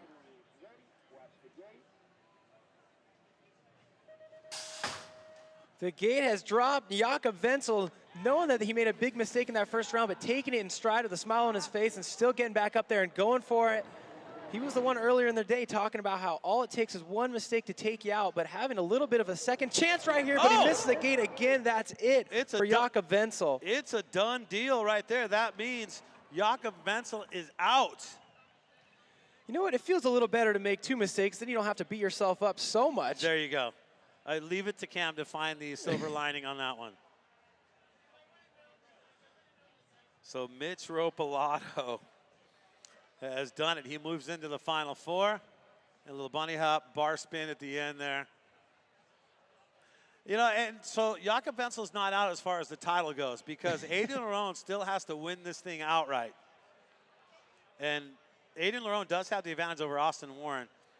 And the winner will face Mitch Ropelato. Wow. Well, that one-footed exit for Mitch Ropelato, knowing that all he needed to do was just cross the finish line, not miss a gate. That would have been the only thing that could have taken him out. But Jakob Vinsel doubling down on his gate, misses, but still a big smile on his face. Impressive to see him in such a high-pressure situation, taking it in stride. You got to love it. So Jakob Vinsel can just sit and wait now. It's out of his hands for your Clif Dual Speed and Style and your Crankworx Dual Speed and Style title. $5,000. If Adrien LaRonn could outright win this thing. Well, Jakob Vinsel gets to grab a chair and, I guess, root against Adrien LaRonn right now. .22 the advantage LaRonn has over Austin Warren. So Austin will look to try and make that up. If Austin could do it, then Adrien LaRonn's out. If Adrien LaRonn's out, that means Jakob Vinsel would take the series title. Here we go, back to racing action. The snap going to Adrien. So Austin Warren right now, a rider who could definitely play a part in the decision-making of who's going to take away the series title. Austin Warren definitely snapping Adrien LaRonn the first section of this course, but under-rotating a backflip, bailing off the bike. Big crash for Austin Warren. He looks to be all right, but frustrated making that mistake. Adrien LaRonn cruises through the finish line unchallenged. Well, it goes back to everything when they're talking. I hope he's okay. Is he? Yeah, he's up. Giving us a thumbs up right there. A little shaking up right there. Yeah, I don't know where that thing went south. Let's see if we can. Well, look at it like this. Austin Warren comes from a race background. He races downhill, he races motocross. This backflipping thing, what in the world is that? A lot of these jumpers, they've been doing it for over a decade. Yeah. Austin Warren, he just learned it earlier this season to be a competitor in this dual speed and style. So he still has a tendency to not put his body weight in the right spot on the lip.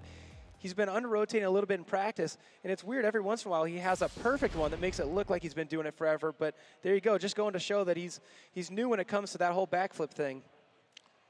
So Adrien LaRonn done what he needed to do right there, that's for sure. Still trying to come away with the win and trying to come away with the series title. And playing catch up, Adrien LaRonn is doing what he needs to do. Here you go, taking a look at right there, the Final Four is set. Darryl Brown versus Thomas Slavik, Great Britain versus the Czech Republic. And then USA's Mitch Ropelato going against that flying Frenchman, Adrien LaRonn here, and our Final Four is set. So they will all head back up and do it all over again. Don't forget to join us tomorrow, Canadian Open Enduro, presented by Specialized, our second broadcast of Crankworx. But we'll be right back with more Clif Dual Speed and Style coming up. We're trying to make a drivetrain that works better. We're trying to improve upon the things that we had done. Introducing the all-new SRAM GX Eagle drivetrain. No matter what kind of rider you are, or the kind of terrain you might ride, Eagle is simply the best. GX Eagle drivetrains have a range of gears that rival or flat out beat most 2x systems. Engineered in Germany, made for the world. This is GX Eagle.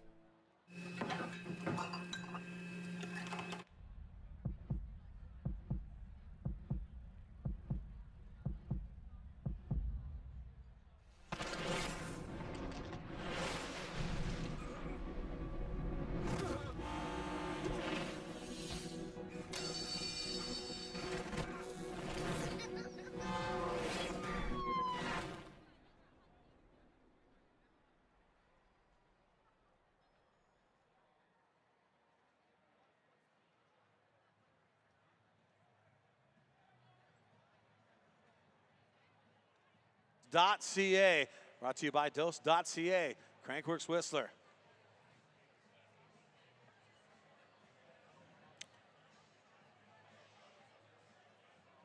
Well, we've narrowed it down to our final 4 to see who's going to come away with the series title, who's going to come away with the win here in your Clif dual speed in style.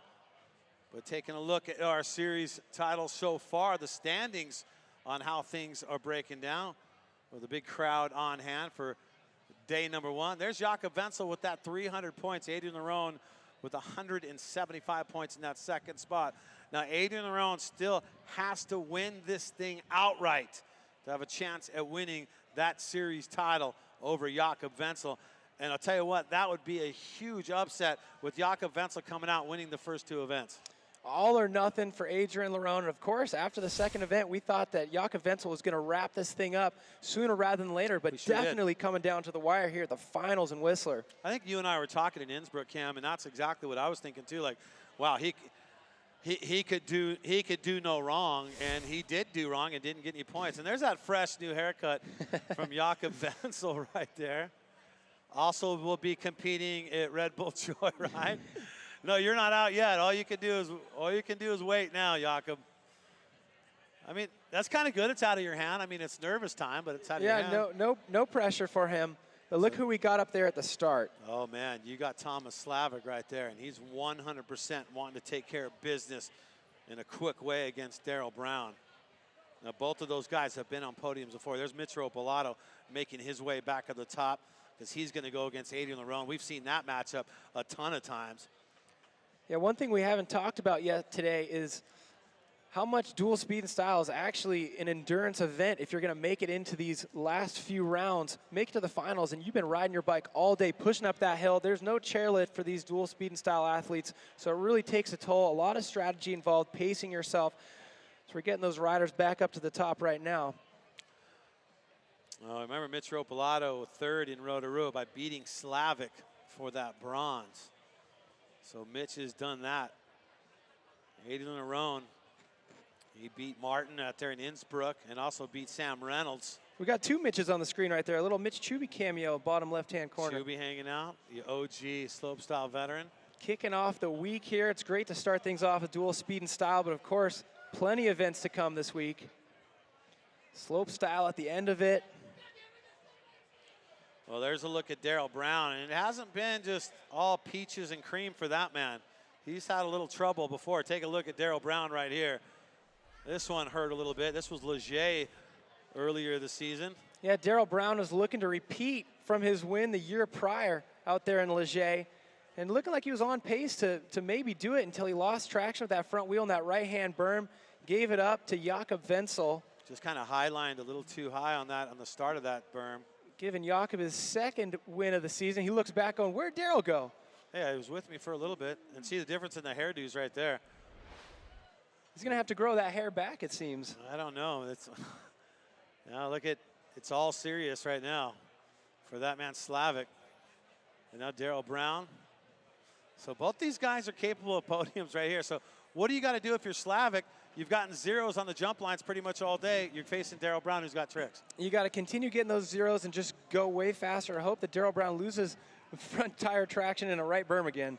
So play defense, in other words, right? Yeah, playing defense by making sure that you don't get minus points on those jumps by doing no tricks. So he's been doing those X-ups and those toboggans to make sure he gets at least a 0.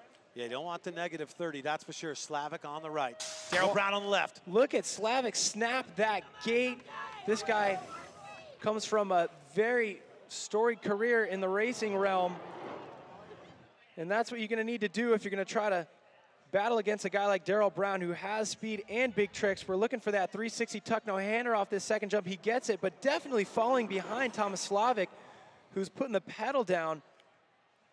Oh, right there at the end, Darryl Brown coming across. 0.52, the advantage going to go to Slavik on that, but you know it's going to come down to the jumps, and I got to think that Darryl Brown's going to have the advantage once we get those jump scores in. He's got such a clean formula for scoring high on both of these jumps. He's been using the same strategy all events this season, backflip tuck no-hander on the first jump, 360 tuck no-hander on the second jump. Sometimes he switches them up and does those tricks on different jumps, but it sure seems to work well. He's so consistent with these tricks. Take a look at how much extension he gets each and every run, and the judges definitely care about that. You can't take your hands off by a little bit, and the 360 is even a little bit harder, but both of those jumps scoring him 70s, it's going to help. Yeah, Darryl Brown's going to have the lead, 1.16.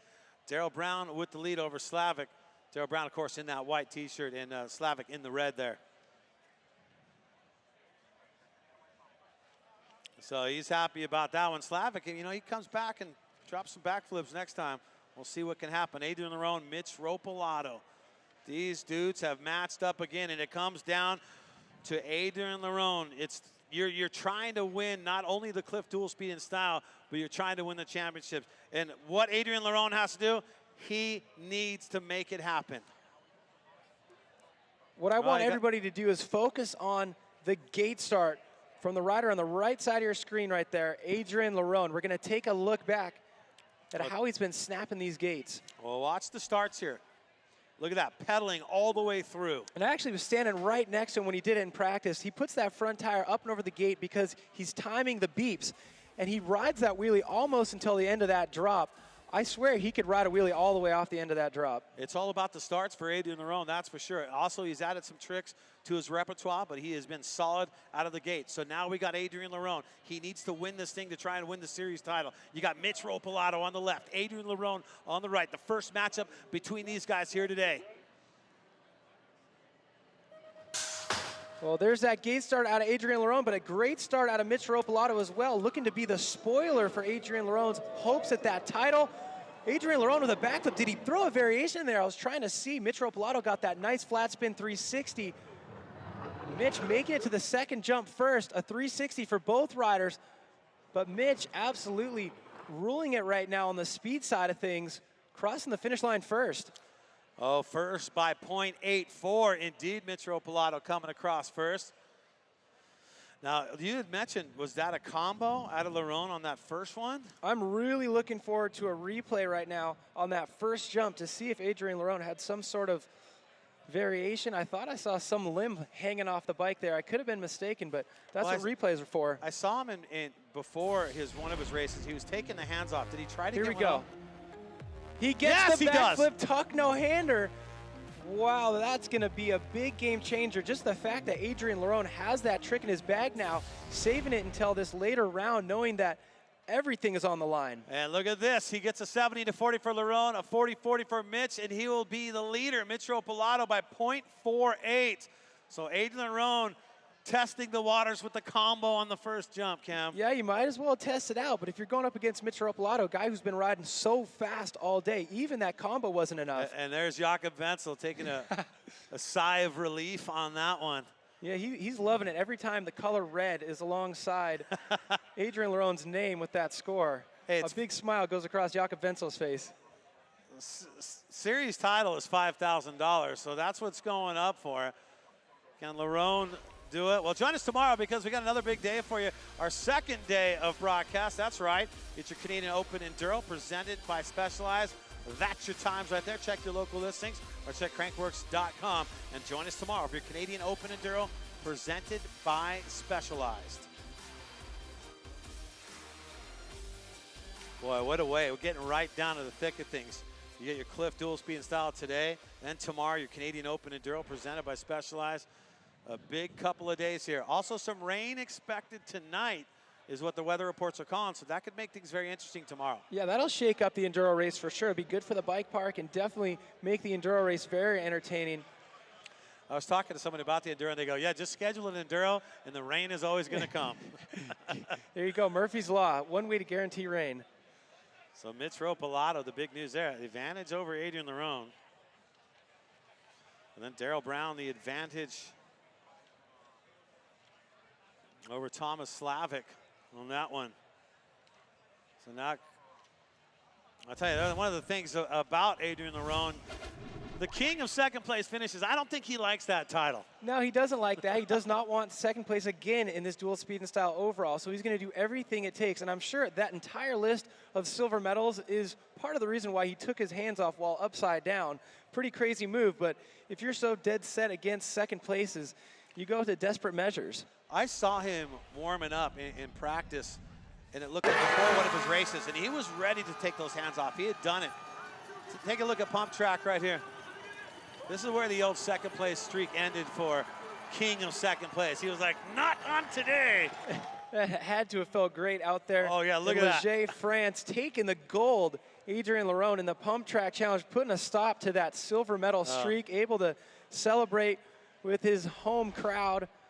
That was a good moment out there in Leger. The Frenchies were fired up. Yeah, but I was talking about, Cam, right before one of the races, I saw Adrian LaRonn going through the motions of the backflip, and then I saw him going through the motions but taking his hands off. This was in the start gate. He didn't do it on that particular matchup, but we saw that he was preparing for it. I mean, that's a legitimate combo. That's what guys like Darryl Brown are doing every single matchup. So if you can take a racer like, yeah, even this guy right here, Thomas Slavik, if he starts doing some more tricks, man, that's one way to ensure your stock is going up in the world of dual speed and styles, getting those flip variations. Because Slavik is so fast that if he could add even a backflip by next season, he could be real dangerous when it comes to the podium. Big time, but it's easy to say, right? Just do a backflip. Yeah, just do a backflip, right? But you've seen guys work on it. You've seen guys work to getting it. We saw Austin Warren work on getting it. We saw Adrian LaRonn work on getting it. These guys want to advance on. These guys want to win King of Crankworx. They want to win series titles. And to do that, especially in dual speed and style, you're going to need to bring the tricks. You can be fast, but you're going to need some sort of tricks so you're not getting zeros on the jumps. Yeah, it says a lot about the progression of this discipline, too. The fact that they've been able to figure out a format that's balanced enough to where the racers are inspired to learn these tricks that are, pretty darn dangerous. But when you think about what Crankworx has done and how big Crankworx has gone in the 14 years, look, we had one stop 14 years ago, and that was right here in Whistler.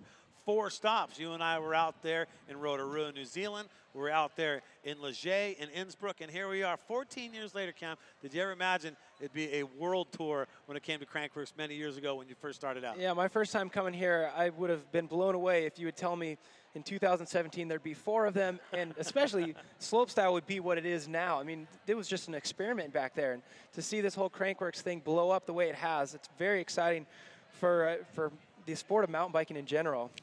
Well, one thing about Jakob Vinsel, too, we got to remember that he's earned a spot at Red Bull Joyride this year, too, as well. So Jakob, this isn't the last time we're going to be seeing him. We'll see him be competing in Joyride as well. Big week for Jakob Vinsel. Great to see him make it back onto the Diamond Series. Definitely put the work in and earned it.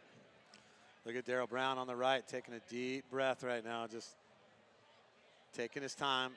Slavik, once again, he's gotten zeros all day long. Doesn't have the tricks, and that's not, going against him or harshing him in any sort of way. He's real fast. He's a racer. That's where his background is, and that's what he's good at. So if you're Slavik here, you just want to beat him by a whole bunch of space right there.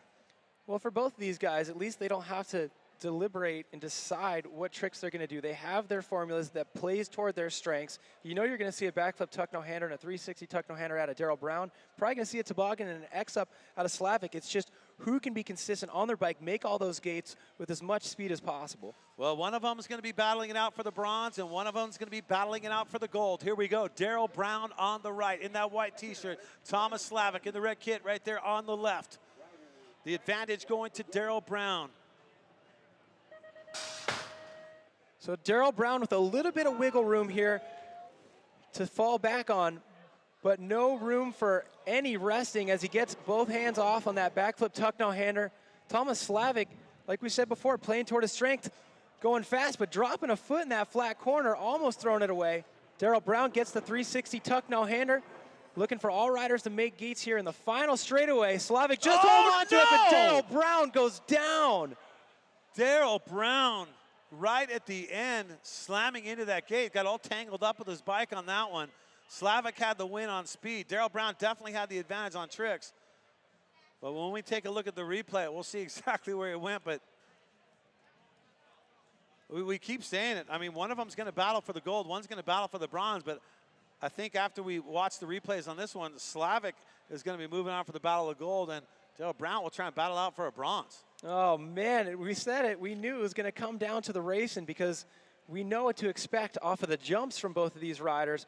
But you can never discredit the difficulty in putting together a top-to-bottom run here without missing those gates.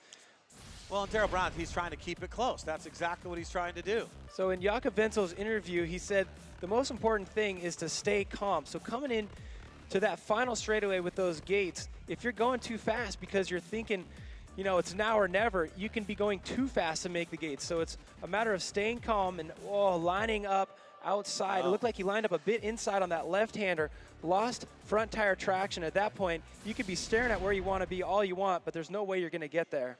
Well, that means right there, Thomas Slavik moves on and battles for the gold, and Darryl Brown will battle for the bronze.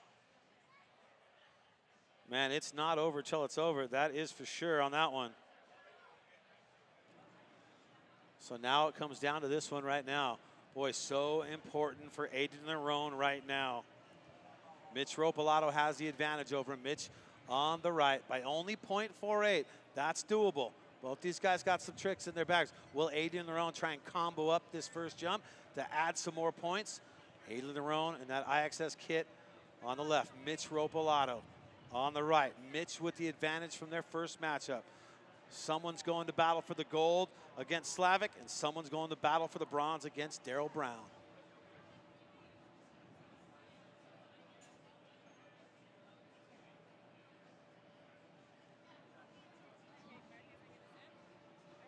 Racers ready.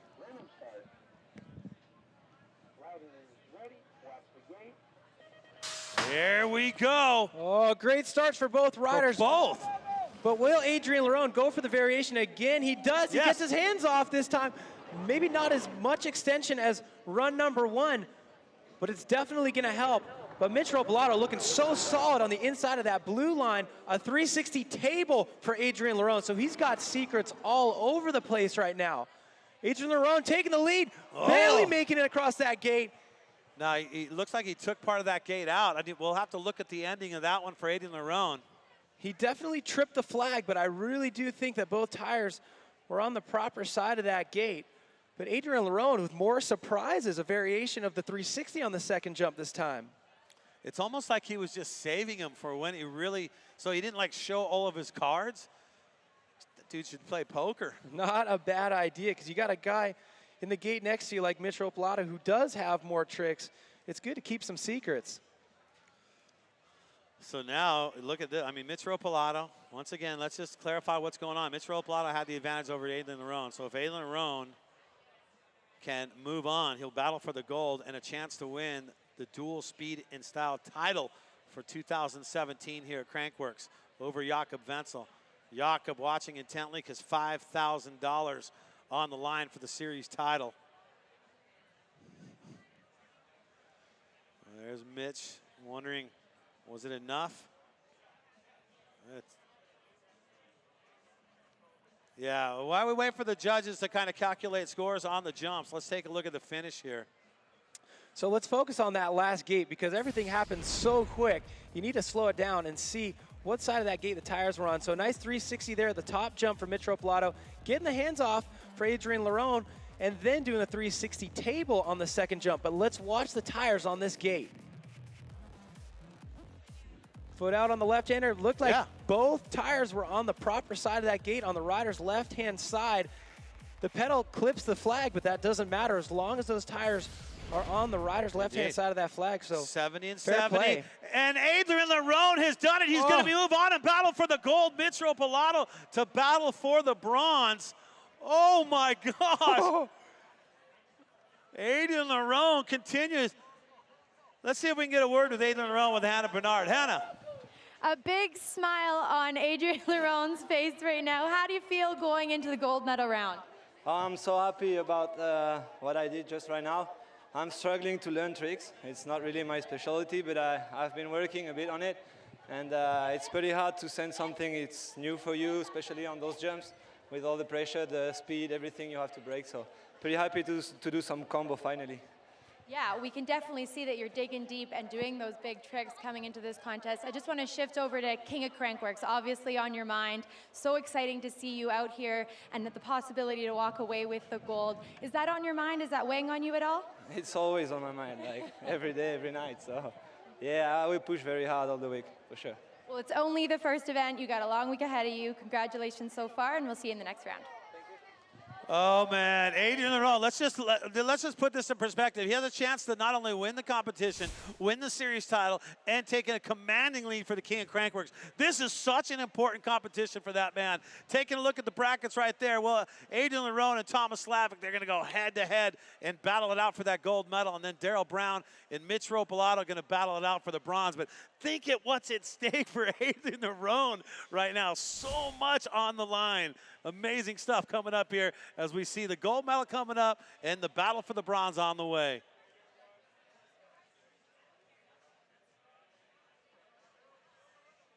Well, we got more coming up. That's right. We got some heavy racing on the way. The battle for the bronze medal between Darryl Brown and Mitch Ropelato. And then coming up, the battle for the gold. Thomas Slavik and Adrian LaRonn all coming up at your Clif dual speed and style. Because fast never goes out of style. Because epic rides should actually be epic. Because steep is relative. Code was designed to deliver massive power and predictable modulation for braking control when and how you want it, on the longest descents and under the burliest loads. Better, stronger, faster.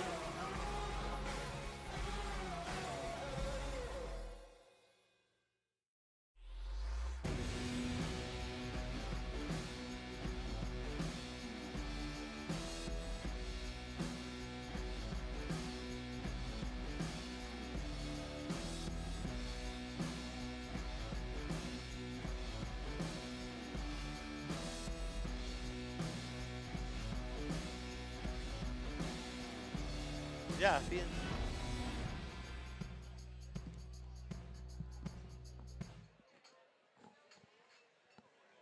Crankworx Whistler, brought to you by Whistler Mountain Bike Park. Love the feeling of being truly alive. Whistler Mountain Bike Park. All right, let's take a look at your overall dual speed and style standings as we go into it. Jakob Vinsel commanding 300 points over Adrian LaRonn's 175. Martin's out, Thomas Lemoyne's out, Mitch Ropelato still battling too, but he's out of touch to try and come away with the Dual Speed and Style World Tour Series title. But any points also stack up towards King of Crankworx, and Adrian LaRonn is one of those guys who's in the lead for King of Crankworx.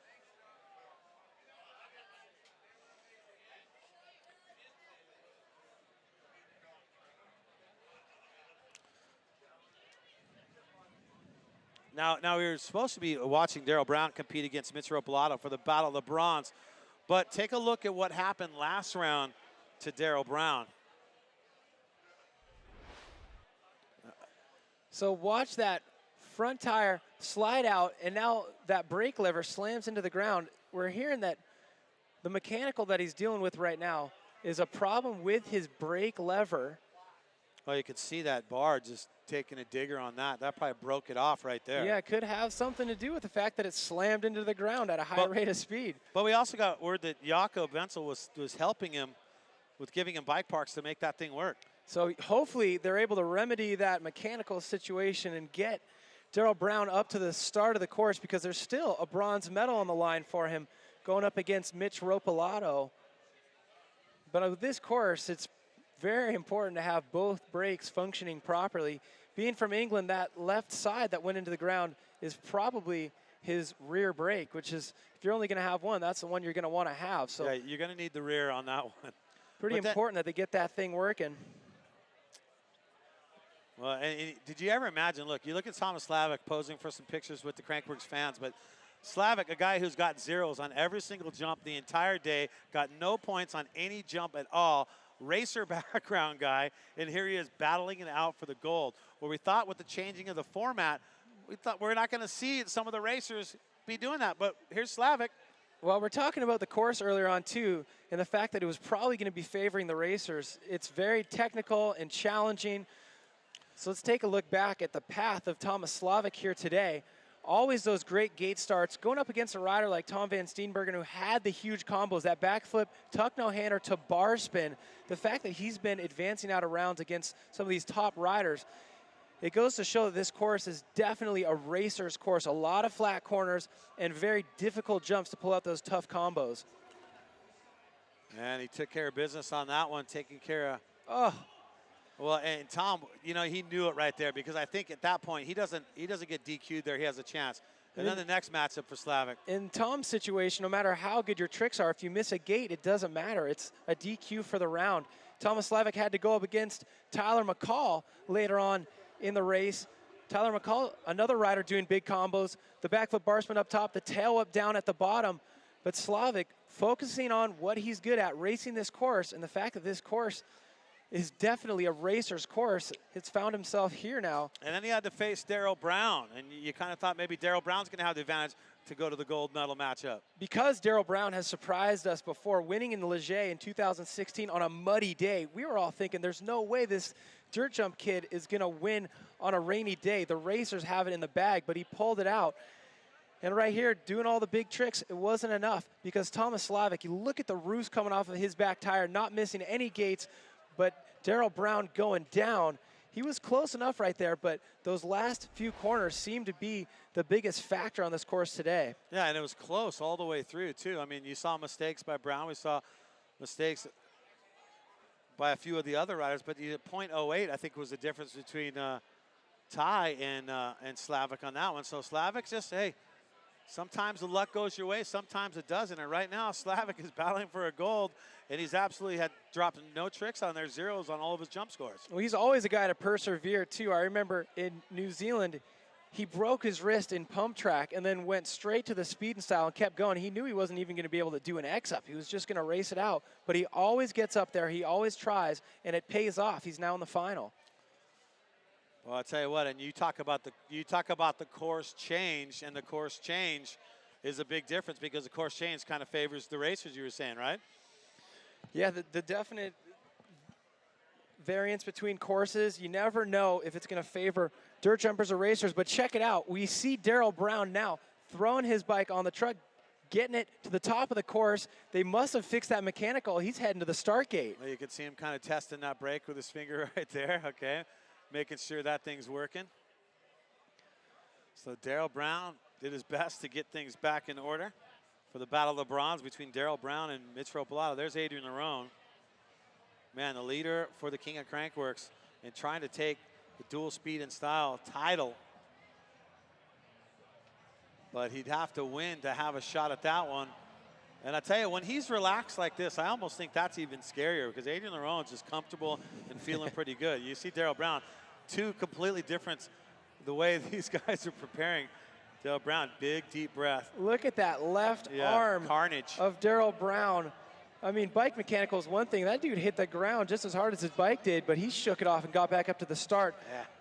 Now sitting right next to Mitch Ropelato. Mitch Ropelato on the right. Darryl Brown, the white T-shirt on the left here. The battle for the bronze, their first matchup here in the bronze medal match. Well, bronze medal on the line. Great snap for Mitch Ropelato. He's going to make it to that first jump in the lead. He gets that flat spin 360, and of course a backflip tuck no-hander for Darryl Brown. But Darryl Brown squeezes out ahead of him out of the rhythm section. Trading places with the lead. They're neck and neck now. A 360 tuck no-hander out of Darryl Brown. A flat spin 360 again out of Mitch Ropelato into the gates. Oh, look at this. Darryl Brown doing his thing right now. Darryl Brown shows them both winner of speed, but Darryl Brown looked like he crossed it first, and Darryl Brown comboed both of those jumps, Cam. Darryl Brown definitely shaking off that crash, not only getting his tricks, but putting it down on the last three slalom gates. Making himself look like a seasoned slalom pro right there. Shaking off the fact that he lost front tire traction. This one's going to be a tight one. Well, I got to think no matter what, though, since he had the combos over Mitch, that he is going to take the advantage here in their first matchup for that bronze medal. But keep in mind, we've been talking about that red course being a little bit faster. So True. The fact that Mitch was pretty close to him right there, once they switch sides and Mitch is on the fast track, it's anybody's game. Yeah, let's take a look at the first jump. There it is. There's the combo out of Darryl Brown. Good enough for a 70. No surprises on the second jump. 70-70, 40-40. So here we go right now. The advantage by 0.78. Like you said, this one's going to be close when they go at it again. Darryl Brown with the advantage over Mitch Ropelato, but not by much, 0.78.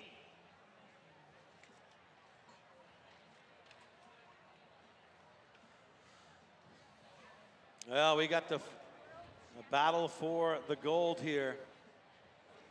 There's Adrian LaRonn on the right, Thomas Slavik on the left here. Remember, Adrian LaRonn needs to take the advantage here and needs to take the win. He's got some tricks he's been working on. But before we get to this race, let's check in with an update of the championship with Hannah Bernard. Hannah.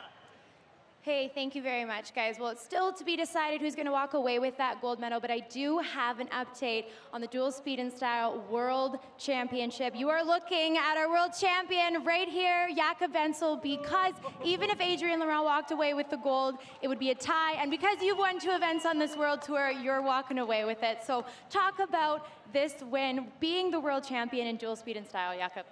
It's something crazy. You know, last year I got second year. It was the first time doing speed and style. I was like, maybe it would be something to try, you know, this year. And won the first 2, then messed up in Innsbruck. This one didn't go that well too, but yeah, all in all, I made it. I'm super happy about it.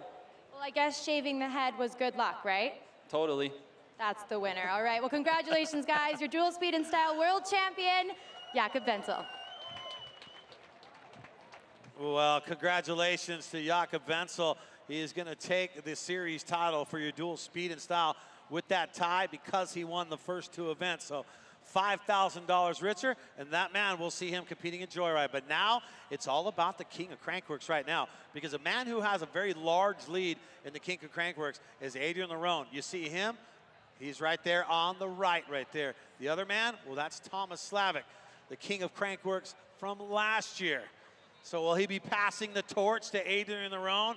Well, a big win here could help things out. The first matchup, Slavik on the left, LaRonn on the right for the gold medal matchup here. Great starts for both riders. The big question here is Adrian LaRonn going to try those tough combos against Slavik? He is, even though he may not need to. He gets that backflip tuck no-hander. But the speed of Slavik is the reason why Adrian LaRonn is pulling out all the stops right now. This guy is absolutely on fire. About 4 bike lengths ahead of Adrian LaRonn. Thomas Slavik making his way through the slalom corners, almost sliding out for both riders, but both staying on their bike. Yeah, look at that. I mean, Adrian LaRonn, he is a fast guy too as well. Now, if he was just racing head-to-head, you know that would be a lot closer. But Adrian LaRonn is trying to drop some bombs and bust out some big tricks on the jumps.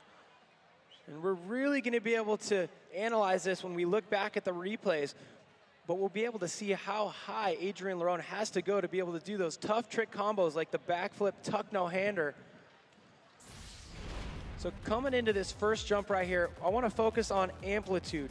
Look at how low Thomas Slavik is going compared to how high Adrian LaRonn has to go to be able to do a backflip tuck no-hander. Even the 360 is a higher degree of amplitude than a low X-up from Thomas Slavik. So it balances out in the score, but it's really tough to stay close when you're boosting that high. Slavik will take the lead, 0.55 over the difference for Adrian LaRonn on that one. So now does he adjust his game plan when they go back at it again? Does he try and just go match head-to-head on the speed? It may be something to think about because Adrian LaRonn is so fast. Maybe get rid of the tuck no-hander, just push through a flip low, but that requires some mastery of the backflip to be able to push it forward. Well, there's a look at the names in yellow. Slavik with the advantage on the battle for that Crankworx gold medal here in dual speed and style. Darryl Brown with the advantage over Mitch Ropelato in the battle for the bronze for your Clif dual speed and style. McCaul, Brad Shea up in the booth calling the action for you right now as we get him ready to go. And I just got to think that if you're Adrian LaRonn, do you just ditch it? Do you just ditch the no-handed backflip and just fire away and try and race him, scrub speed over the jump? Slavik is so fast today. I don't know. I think it's a smart idea to maybe just, you know, do the tricks, but try to modify the amount of amplitude it takes to do them. Get back on the ground sooner, because Slavik is absolutely scrubbing those jumps, getting just a little bit of a trick off just to not get minus points and have time added to his overall run score. So I think it'd be smart. Your headset all good? Yeah, sorry. Sorry, I think it'd be a good idea if Adrian dresses LaRonn me too. tries to stay lower while still doing those tricks. Well, and it comes down to that. You have to figure out what your game plan is, and that's what, it's such an unpredictable competition, it's such an unpredictable event that we do here that there's no set way to win it. Yeah. There's no one formula to get it done. No, I mean, case in point right here, two racers, Thomas Slavik making it into the final, not going upside down or backwards even once. So from event to event, it's all over the place. And you almost thought that was something that when they kind of changed the formula and they changed things, you almost thought that the free riders, the guys, the slope stylers were going to be the ones that are going to have the advantage over a lot of the racers. But, you know, with course changes and everything being a little bit different for every single stop, it's kind of how it works, right? And from run to run, the riders are going to have to alter their strategy too based on who they're going up against. So right now, both of those guys, I mean, Slavik doesn't have to decide on much. He's kind of ruling with an iron fist right now, but I think LaRonn is going to have to try to figure out a way to stay a little bit closer. And you make the greatest point right there, Cam, when you think about what you're saying about Slavik. He doesn't have to worry about anything. All he has to do is just be Slavik and be fast. On this day, his strategy is working, so don't change a thing. Exactly. You're not like, oh, maybe I should actually try something to get some points on the jump. But no, if you're Slavik, you've been advancing on with your speed, keep it going. And you got to wonder what Adrian LaRonn's thinking at this point, going, damn, I learned all these tricks. I saved him for the end. I've thrown combos down, but yet he's still beating me because of the speed. There's Mitch Ropelato. He's got some work cut out for him. He is trying to take Darryl Brown down, and Darryl Brown had the mechanical, but he's able to, it looks like, put things back together. Darryl Brown with the advantage over Mitch Ropelato. Mitch Ropelato sitting in third place in the King of Crankworx overall standings right now. So making it into the bronze medal round could definitely be a great amount of points by the time the end of the weekend rolls around, because this kid is racing absolutely everything. He'll be in the enduro, all the downhill races, the dual slalom, the pump track. So never count that kid out, Mitch Ropelato. And that's why it's important for Adrian LaRonn, because you bring that up too. Adrian LaRonn is not one that you'll see will get podiums in some of the downhill events, but he's a guy who can do good in this, a guy who can do good in pump track. So it's not decided yet by no means, with a very long week ahead of us. Here we go, 0.78, that's the difference. Not by much. Mitch Ropelato's got to make that up over Darryl Brown. Darryl Brown on the white T-shirt right there on the right. Mitch Ropelato on the left here. Remember, Darryl Brown with the advantage. Second and final matchup. Who's going to come away with the bronze? Which rider is going to be able to stay calm enough to piece the puzzle pieces together right now? A 360 one-footer for Mitch Ropelato right there. So that's going to help out. We haven't seen that variation from him yet today. Doing what he needs to do, going up against an opponent such as Darryl Brown, who's so consistent with that 360 tuck no-hander. Okay, you were talking about it right here. Here's Mitch Ropelato crossing the line first by 0.75. So will that 360 one-footer help enough? Mitch with a really fast race run right there and doing a trick that we haven't seen him do all day. Well, it looks like if Mitch Ropelato could take the edge on the jump line here, then that could make up the difference right there that he needs to, because I think the difference after that is only like 0.10. This one's going to be tight. Yeah, this is going to come down for the bronze medal. Take a look. Here's jump number one. He does get that foot off the downside one-footed Euro table on the flat spin 360.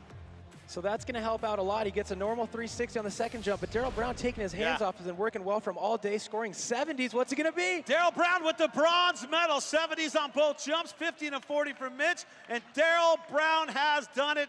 The bronze medal back to the podium for Darryl Brown, and let's send it down to Hannah Bernard and get a word with Darryl Brown. Hannah. Darryl Brown, back on the podium again. How good does that feel after having a gnarly crash just the round before? Amazing. Pushed through the pain, tried to ignore it, and you know, you try as hard as you can. You can't do any more than that. So come here, have a good time, hang out with friends, and if you do well, it's a bonus. If you don't, it's hard luck. Tell us, the story of this course was that it was so technical, and a lot of people were saying it was favoring racers. What was it that you had to dig from in order to really dominate on this course? I have no idea. I mean, I've been practicing quite hard to try and be fast, because tricks are not an issue for me, because that's what I do. So I've been getting faster, so that's helped. But I mean, like I said to you earlier, like every time you come to a different speed and style course like Innsbruck or Ligier, it's different every single time. So there's no set formula to doing well. So it's a surprise for all the riders every time they turn up, and I'm just so stoked to get a medal in Whistler Crankworx. You know, I never thought I'd get that, so that's one ticked off the bucket list. Well, you found the formula for the bronze medal here today. Congratulations, guys. Your bronze medalist here at the Clif Dual Speed and Style. Well, congratulations. I like what he said, Cam. The big thing to me that sticks out is the fact that he said that there's no one formula. All the courses are different. Yeah, and it's never been more true than it is here today, seeing how technical and challenging the racing portion of this track is. But Darryl Brown, all the training is paying off. Good to see him take home that bronze medal. And now this is for the gold medal. Thomas Slavik right now. He's been fast all day long. He has not got any points on any of his tricks. Adrien LaRonn has worked in the offseason to bust out tricks. The difference is 0.55. Adrien LaRonn, he's in the lead for the King of Crankworx, going against last year's King of Crankworx, Slavik on the right, Adrien LaRonn on the left. The battle for the gold. Final race, here we go. Great start out of both riders. Adrien LaRonn on that red course, which is known to be a little bit faster. He gets the backflip tuck no hander, so definitely pulling out all the stops and leading the race right now ahead of Thomas Slavik. Who's going to be smoothing these flat corners and who's going to throw it down big on the jumps? A 360 table for Adrien LaRonn.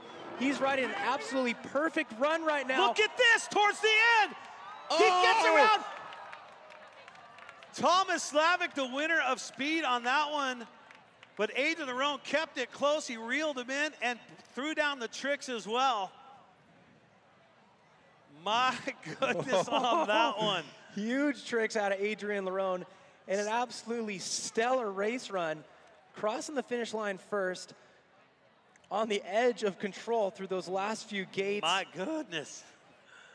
That's what speed and style is all about right there. Yeah. That was a good matchup. I can't wait to see the replay on these jumps. Here we go. See the extension on the backflip, tuck no hander from Adrien LaRonn. Those hands were definitely off. Slavik going for that toboggan, which is just going to score him a 0, a 70 for Adrien LaRonn. Now a 360 tabletop from Adrien LaRonn, getting that 70. That's going to help. Oh, now they crunch the numbers. And Adrien LaRonn has done it. The gold medal to Adrien LaRonn. Silver for Thomas Slavik. And Adrien LaRonn extending his lead for the King of Crankworx and coming away your champ, your Clif Dual Speed and Style. How sweet it is, Adrien LaRonn. Wow, the big tricks paying off, but he had to go so fast to be able to handle the speed of Thomas Slavik. You know what? He didn't change his game plan. He did what he needed to do, and he comes away with the gold. Let's send it downstairs to Hannah Bernard. Hannah. Guys, the king of second place is no more. You have had so much success this year. You got that huge win in Ligier on your home soil. Now you've walked away with this gold medal here at the Dual Speed and Style. How does it feel? Put it into words. I just made a dream come true. I'm competing speed and style since 4 years now, and it's my first year. I've been chasing it for so long, so I'm pretty happy. We talked earlier about how you really had to dig deep and go for those tricks. Is it really satisfying now to know that it all paid off? I would like to be a bit more stylish doing tricks. It wasn't my best ones, but at least I did it. So yeah, I can still improve a lot. Well, it managed to get you the gold here today, and now shifting to another title that you have your eyes on, the King of Crankworx. This win puts you with a commanding lead in that race coming into this week, 625 points. Talk about what this is going to do for your confidence moving forward. For sure, I will be a bit more relaxed. But anyway, there is a few big guys behind me, and they are able to do pretty good results too. So I have to push it till the end. I know how things can change so fast. I saw it last 2 years, and I will do my best in the end for sure. Well, you've been it before, so best of luck in that contest, and congratulations on winning the gold medal, guys. Your gold medalists here at the Clif Dual Speed and Style, Adrien LaRonn. Well, yeah, congratulations to the Frenchman right there. There's a look at it. That's how it's going to stack out today. Adrien LaRonn, he's the golden boy. Yeah, that's right. Gold medal for him. Thomas Slavik, the silver, and Darryl Brown with the bronze. Well, what does that do to the king of Crankworx standings? Well, let's show you this one because he's already had the lead. But as we add the points, look at that. 625 total points. Shark Attack Jack Moyer in that second spot, 425. Mitch Ropelato improving too as well, and he's got 400. So Adrien LaRonn, a commanding lead, Cam. A commanding lead, but look at those guys who are hot on his tail, wanting to take that King of Crankworx title away from him. It's still a very young week with a lot of events to go. This story is far from over. Well, there you go, your Clif Dual Speed and Style in the books, and Jakob Vinsel has done it. He is your Dual Speed and Style Crankworx Series winner. He has won it $5,000, but don't forget tomorrow, Canadian Open Enduro. That's right, that is going on for you tomorrow. Check your listings right there. And we're supposed to get a little bit of the wet stuff tonight. That can make things quite interesting. Make sure you tune in, set your alarm. Canadian Open Enduro presented by Specialized tomorrow. So big congratulations, Jakob Vinsel. He's your series winner in Dual Speed and Style. Congratulations to Darryl Brown in third, Slavik with that silver, and Adrien LaRonn with the gold. Final thoughts, Cam. Well, a hard-fought battle. We thought it was going to go to a purely race-inspired run, but it's great to see that this speed and style format still works. The tricks still rising to the top, and the racer, Adrien LaRonn, absolutely pushing his boundaries, getting tricks we haven't seen from him, and walking away with the gold. It's a bright future for speed and style. What a great event, but so much more to come here from this week at Crankworx. You know what stands out to me is that Adrien LaRonn, I was saying that he'd have to adjust his game plan against Slavik. No, he did not. He did exactly what he needed to do. He still did the tricks he's been working on, but all he did, he kept it close and made it happen, and he comes away with the win, and he comes away with a commanding lead for the King of Crankworx. Well, some amazing stuff, and I'll tell you what, Cam, if that's going to kind of raise the bar for the rest of the week out here at Crankworx when we start with a barn burner like that one. Oh man, right down to the finish, some heavy racing going on. Taking a look at some of the sights and the sounds from an amazing day of competition for your Clif Dual Speed and Style. Big congratulations, a fourth place finish for Mitch Ropelato. That's going to add some points for his battle for the king. Darryl Brown's going to come away back on the podium for Darryl Brown out of Great Britain. He's going to come away with a bronze medal. Slavik, I don't need no stinking trick jumps. I'll just come away with the silver and be really fast, and he did just that. Adrien LaRonn, he takes the gold medal out here today. So congratulations to all the riders out here doing their best. And I'll tell you what, if this is how we're going to start things off with Crankworx Whistler, don't go anywhere. On behalf of Hannah Bernard, Cam McCaul, I'm Brad Jake. Goodbye from Whistler. Yeehaw! Thank you.